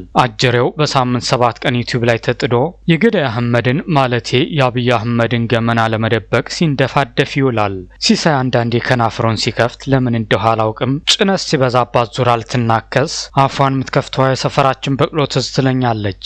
የገሌ አስመራ ሄዱ ደርሶ መጣ ይላል አንደኛ መጣ። ስለ ብሔሩ ምንም ማያወራ እዛ ተጥሎ ያለ ብሔሩ አንዱ ብሔር ምንድነው ሲባል እንትና ነኝ በሚቀጥለው ዓመት እንትና ነኝ ብሄሩ እየቀየረ ምናምን እየቀየረ ከናአቱ ምናምን እየቀየረ የሚውል ማለት ነው። እና መጠቀሚያ የሚያደርገው የአያት ስም ምናምን አካባቢ የሆነ መጠቀሚያ ከሆነ ብሄር ጋር እያያዘ እንደዚህ ኮንስ እየተገፋው ያለው ከዛ ደግሞ የሆነ መሸጎጫ ያገኛል የሆነ እንትን በዚህ በዘር ፖለቲካ ውስጥ የሚታየውን ለማሳመን እንኳን የሚቸግሩ ነገሮች አሉ። ዘር ፖለቲካውን ሰውን ከነዳው በኋላ ምንም ነገር የሚያየውን አስከደኸው በተነግረው የሚያምን ሰው እንዳለ እያየን እየተገነዘብን ነው። ምንድነው የምትቃወሙ? ግንባር ቀደም ሆነው የሚታዩ ጠቅላይ ሚኒስትሩ ስለሆኑ እሳቸው ያሉበትን ነገር ሁሉ ማራከስ ባንተኩስም በቃላት ወደ ቤተ መንግስት ያደርሰናል የሚል ይሁን ከሸጠኝ ያስማማኝ ይላል አማራ ሲተርት። ጦር ከመዘዙብን በላይ ሚዲያ ላይ ሆነው ጧት ማታ አፋቸውም ያላቀቁብን በደሉን። በባዳ አንጀታቸው ቁስላችን ላይ ያለ ርህራሄ ደረቅ እንጨት ሰደዱበት። እንዲጠዘጥዘን ጨው ነሰነሱበት። በሚታየው ነገር ሰው ከእጃችን እየወጣ እየሄደ ብቻችንን ቀራለን የሚል ስጋት ይሁን የተወሰደብህ ነገር ምንድነው? እሱን የማስረዳት ግዴታ አለብህ። ቢያንስ አትቃወምና ሌላውን የነፈገህን ነገር ለማምጣት ታገል። ግን የተወሰደባችሁ ነገር ምንድነው? እሱን ማስረዳት ያልቻላችሁት ምን ተወሰደ ባችሁ እያልክኛን ከምታደርቀን ይልቅ ወደ ውስጥ ተመልከትና ህዝብ ኦህዴድን ለምን ጠላው ብለህ ጠይቅ። ያኔ መልሱ ፍንቱ ብሎ ይታያል። ሁሌ አዳዲስ ቶፒክ በመስጠት አንደኛው በዚህ ቶፒክ ሰጣው አንደኛው በዚህ ሰጣው ሁሉ ሳፎኬት በማድረግ ጭንቀት የሞላበት ህዝቡ ሁሌ ቫይብሬት ያደረገ እየደነገጠ እንዲያድር ትላንት አድቅቀን መጨረስ አለበት ሲል የነበረ መደዴ ሚዲያ ላይ አከርካሪው ሰብረን ከጣልነው በኋላ መጡ። አሁን አሰብስበው መጡ። ያው ሁሌ የሚነሳ የግድያ ታሪክ ያመጣል። ገዳይና አሁን እኮ ምሽዋውራጅ በጋራ ግንባር ፈጥራችሁ የሚሆነውን ሁሉ እያየን ነው። አሁን አንዳንድ ወደ ኋላ ተመልሼ የሆነ ወቅት ላይ የሚወጡ መግለጫዎችን ራሱ ከቤተክርስቲያን የሚወጡ መግለጫዎችን ሳይ በጣም ይገርማል። መንፈሳዊ ሰዎች ናቸው እንዲያተ መግለጫ የሚያወጡት። አንዴ ጃር ሜዳ አንዴ መስቀል አደባባይ እየተባለ ሲደረግ የነበረው ነገር አስተውሳለና በቤተ ክርስቲያን ላይ ያሳየውን ንዴት አያችሁ፣ ቁጣውን ተመለከታችሁ። ዛሬም ድረስ የቤተ ክርስቲያን አባቶችና ምዕመናን እየታደኑ በሚሰውበት ሀገር መግለጫ ለምን ወጣ በማለት ለሃጩን ያዝረከርካል። የመንግስትን አቅም ከፍታ የታየበት ሁኔታ ነው ያለው። ከሰላም አስከባሪ ከአድማ መከላከል ጋር በመሆን የአካባቢችን ሰላም እያስከበርንና እየጠበቅን ነው የምንገኘው። ባለን በክልላችን የጸጥታ ኃይል አካባቢያችን ከጥላት እየጠበቅን ነው ያለነው። አባቶቹ በምን ሁኔታ ውስጥና ለምን እንዳደረጉት ላይ የመንገድ ተረድተናል። ጉዳዩን ፍላጎት አይጠፋም፣ ምኞት ይኖራል። ግን ፍላጎትና ምኞትን ወደ መሬት ለመለወጥ የምትችልበት ሁኔታ ደግሞ በኢትዮጵያ ላይ አለመኖሩ ተስፋ የሚሰጠን ነገር ነው። ለእውነት የቆም ብትሆን ኑሮ ይህን የፈሪ ቁጣህን ሟች ላይ ሳይሆን ገዳይ ላይ ባረከው ነበር። ፕሮፌሰር መስፍን አርአያ መጥቶ ነገ ጧት መጥቶ እድሜ እኮ ተራዘመልኝ፣ ማክሰኞ ይራዘማል ከነገ ወዲያ የሀገራዊ ምክክር ኮሚሽን እድሜ 3 ዓመት አልፎት ምንም ሳይሰራ በቢሊዮን የሚቆጠር ገንዘቡን አባክኖ አሁን 3 ዓመት ነው እና ይራዘምልኝ ብሎ ሊራዘምለት ነው። የሰውየው ይሄን ለስታፍ እና ዮናስ አዳይ ፕሮፌሰር መስፍን አርአያ እድሜ ማራዘሚያቸው ነው ይብሉት። እግረ መንገድ የአብይ እድሜም ይራዘባል። የኢትዮጵያ ሰንደቅ ዓላማ የተፈታው እኮ ነፃነቱን ያገኘው እኮ የጠቅላይ ሚኒስትር አብይ መንግስት ወደ ስልጣን ከመጣ በኋላ ነው። ይሄንን በመጀመሪያ እውቅና መስጠት ያስፈልጋል። በኢትዮጵያ የኢትዮጵያን ሰንደቅ ዓላማ ማለትም ኮከብ የሌለበትን ማውለብለብ ወንጀል ነው፣ ያሳስራል፣ በገንዘብ ያስቀጣል። የግብጽ ባንዲራ ይመስል ጥቁር ነጭና ቀይ ቀለም ካልሆነ በስተቀር አረንጓዴ፣ ቢጫ፣ ቀይ ቀለም አታሳዩኝ ያለውን አምባገነን አገዛዝ የሰንደቅ ዓላማ ነፃ አውጪ አድርጎ ማቅረብ ድድብና ካልሆነ ምን ልንለው እንችላለን? መከላከያ ሰራዊቱና ከጥምር ጦሩ ሰላም አስከባሪው አድማ ብተናውና ፖሊሱ የከፈለው መስዋዕትነት ከባድ ነው። ይሄ መስዋዕትነት ተከፍሎ ነው ነፃነት ይሄ አሁን የምናየው አንጻራዊ ሰላም የመጣው። በተለይ ጥላት በማህበረሰባችን ላይ የሚያደርገው አጸያፊ ድርጊት ኮከብ ያለበትን ባንዲራ ከማቃጠል ይልቅ ምልክት የሌለበትን ባንዲራ ይዞ መውጣት የበለጠ ወንጀል ነው። ነፃነት ሲመጣ የኢትዮጵያ ሰንደቅ ዓላማ ተፈታ። ኢትዮጵያን ከዳር እስከ ዳር አውለበለቡት። አሁን ግን የፉክክር ሜዳ ሲሆን መንግስቱን ለማስጨነቅ ሲሄዱ ብሔርተኞች በዚህ ሲያበያ በራሳቸው ዙሪያ ሰዎች ማኮልኮል ሲጀምሩ መፍትሄው ሁለቱንም ማስቀረት ነው። ድሮ ልጅ እያለን ለበዓል ቀን ብቻ የሚለበስ አጥበን ተኩሰን የምናስቀምጠው የክት የሚባል ልብስ ነበረን። ይህ አሽከር የክት ልብስ ሲመስል ጭንቅላቱ እንዳያልቅ ሳጥን ውስጥ ስለቆለፈበት የሚያስበው በመቀመጫው ነው። በግራው ወይስ በቀኙ መቀመጫ የሚለውን ገና እያጣራሁ ነው።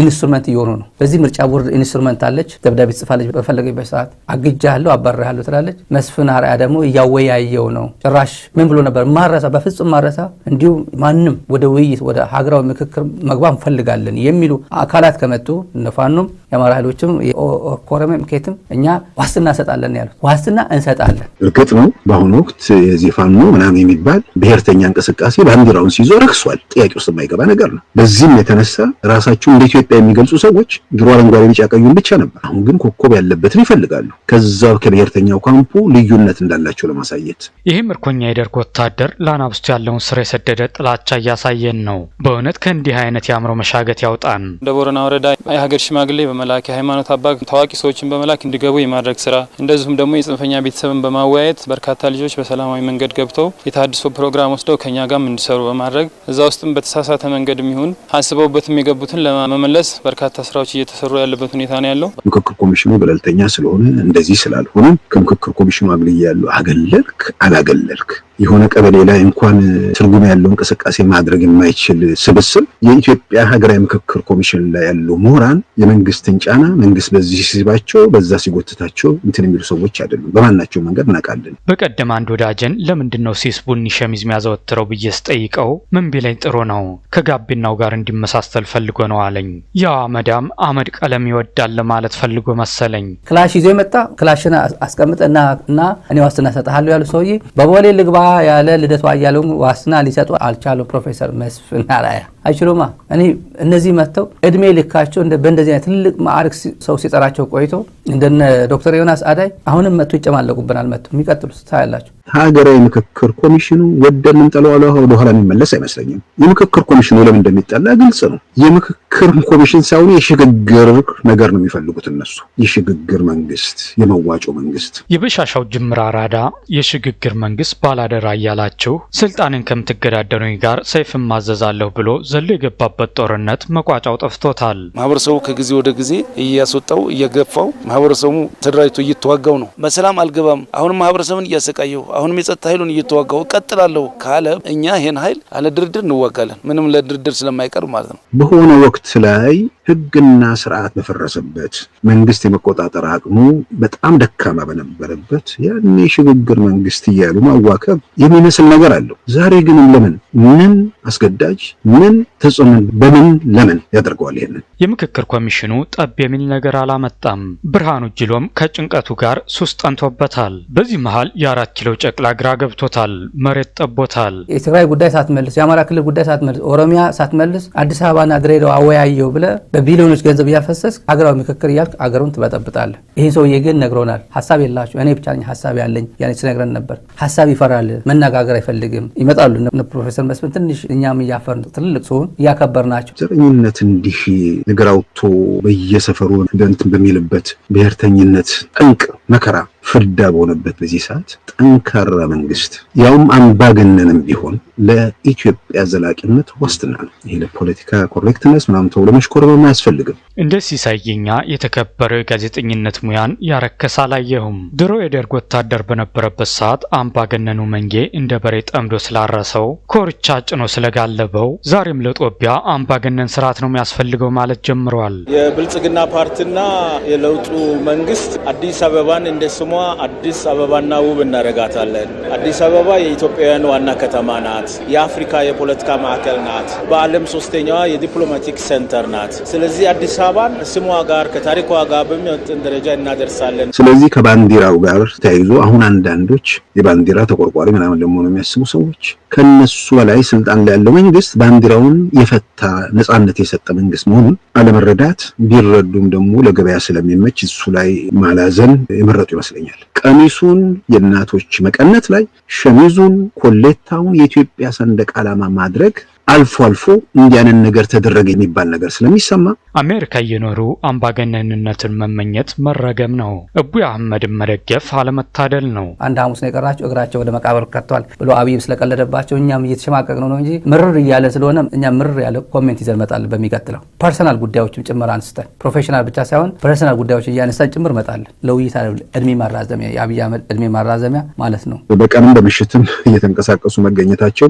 በህዝብ መሃል መኪና አይነዱም። እነ ጠቅላይ ሚኒስትር አብይ ከባለቤታቸው ከቀዳማዊት እመቤት ዝናሽ ታያቸው ጋር እዚህ አካባቢ ይመጡ አይደረግም የሚባል ነገር የትኛውም የኢትዮጵያ አካባቢ ላይ ማድረግ እንደሚችሉ ታይቷል። አንገት ከሚሰበር ባይበላስ ቢቀር አለ ቴዲ።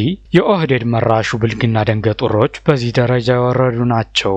የዚህን ሰው ያህል ግን አይንን ግንባር ያድርገው ያለ ገረድ የተፈጠረ አይመስልም። ይህን ያህል መቅለሉ ይገርማል። አዲስ አበባን እንደ ስሟ አዲስ ውብ ለነዋሪዎች የተመቸች የአፍሪካ የፖለቲካ መዲና ብቻ ሳይሆን በአፍሪካ አንደኛ የቱሪስት መዳረሻ የአፍሪካውያን ከተማ እንድትሆን የተጀመረው ስራ እጅግ በጣም ውጤታማ መሆኑን እያየን ነው። ያው ብዙሃኑ ግራቀኛ ያል በሚባለውና በሚደረገው መካከል ያለውን ክፍተት ይገነዘባል። ሰዎች ነገሮችን የመመርመር የማገናዘብ ለሰላሙ ጠንቅ ማን የሚለውን ነገር የሚያዩበት የሚገነዘቡበት ሁኔታ አለ። በጠላትነት በአጥፊነት ምናምን እየተፈረጀ ያለ መንግስት ምን እያደረገ እንደሆነ ደግሞ አይኑን ገልጦ ሰው ሲያው ፖለቲከኛ ሲያረጅ የእድር ሰብሳቢ ይሆናል። ጋዜጠኛ ሲያረጅ ደግሞ ቧልተኛ ይሆናል። እጅግ በጣም ድንቅ ለነዋሪዎቿ የተመቸች ከተማ እየሆነች እንዳለች ነው እያየን ያለ ነው። ስለዚህ ውበቷ እየወጣ ነው ያለው።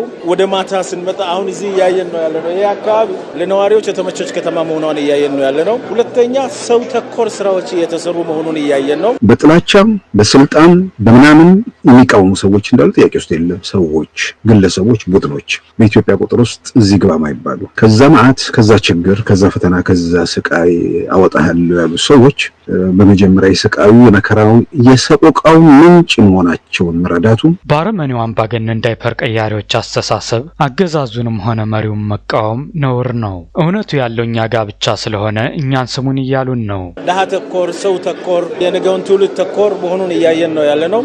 አዲስ አበባ አሁን የአፍሪካም የዓለምም የቀጠናውም የኮንፈረንስ ማዕከል እየሆነች ነው ያለችው። ይሄ እጅግ በጣም ድንቅ ጅማሮ ነው። የስልጣንም ይሁን ሌላ ፍላጎት ያለውም ደግሞ ይሄ ኃይል እንደምንም ብሎ እንደው ተንገዳግሮም ተንከባሎም ቤተመንግስት በደረሰና የሆነ ነገር ባገኘው ያለውም አሁን እሱም ተስፋ ቆርጦ ሌላ ዓለም ውስጥ አሁን ያለ ነው። ያጥሩ ነው። ዘንድሮ የማንም ቆርቆሮ ራስ ሙድ መያዣ ሆነንም አንቀርም። ካልጨለማ አይነጋም፣ ካልደፈረሰ አይጠራም።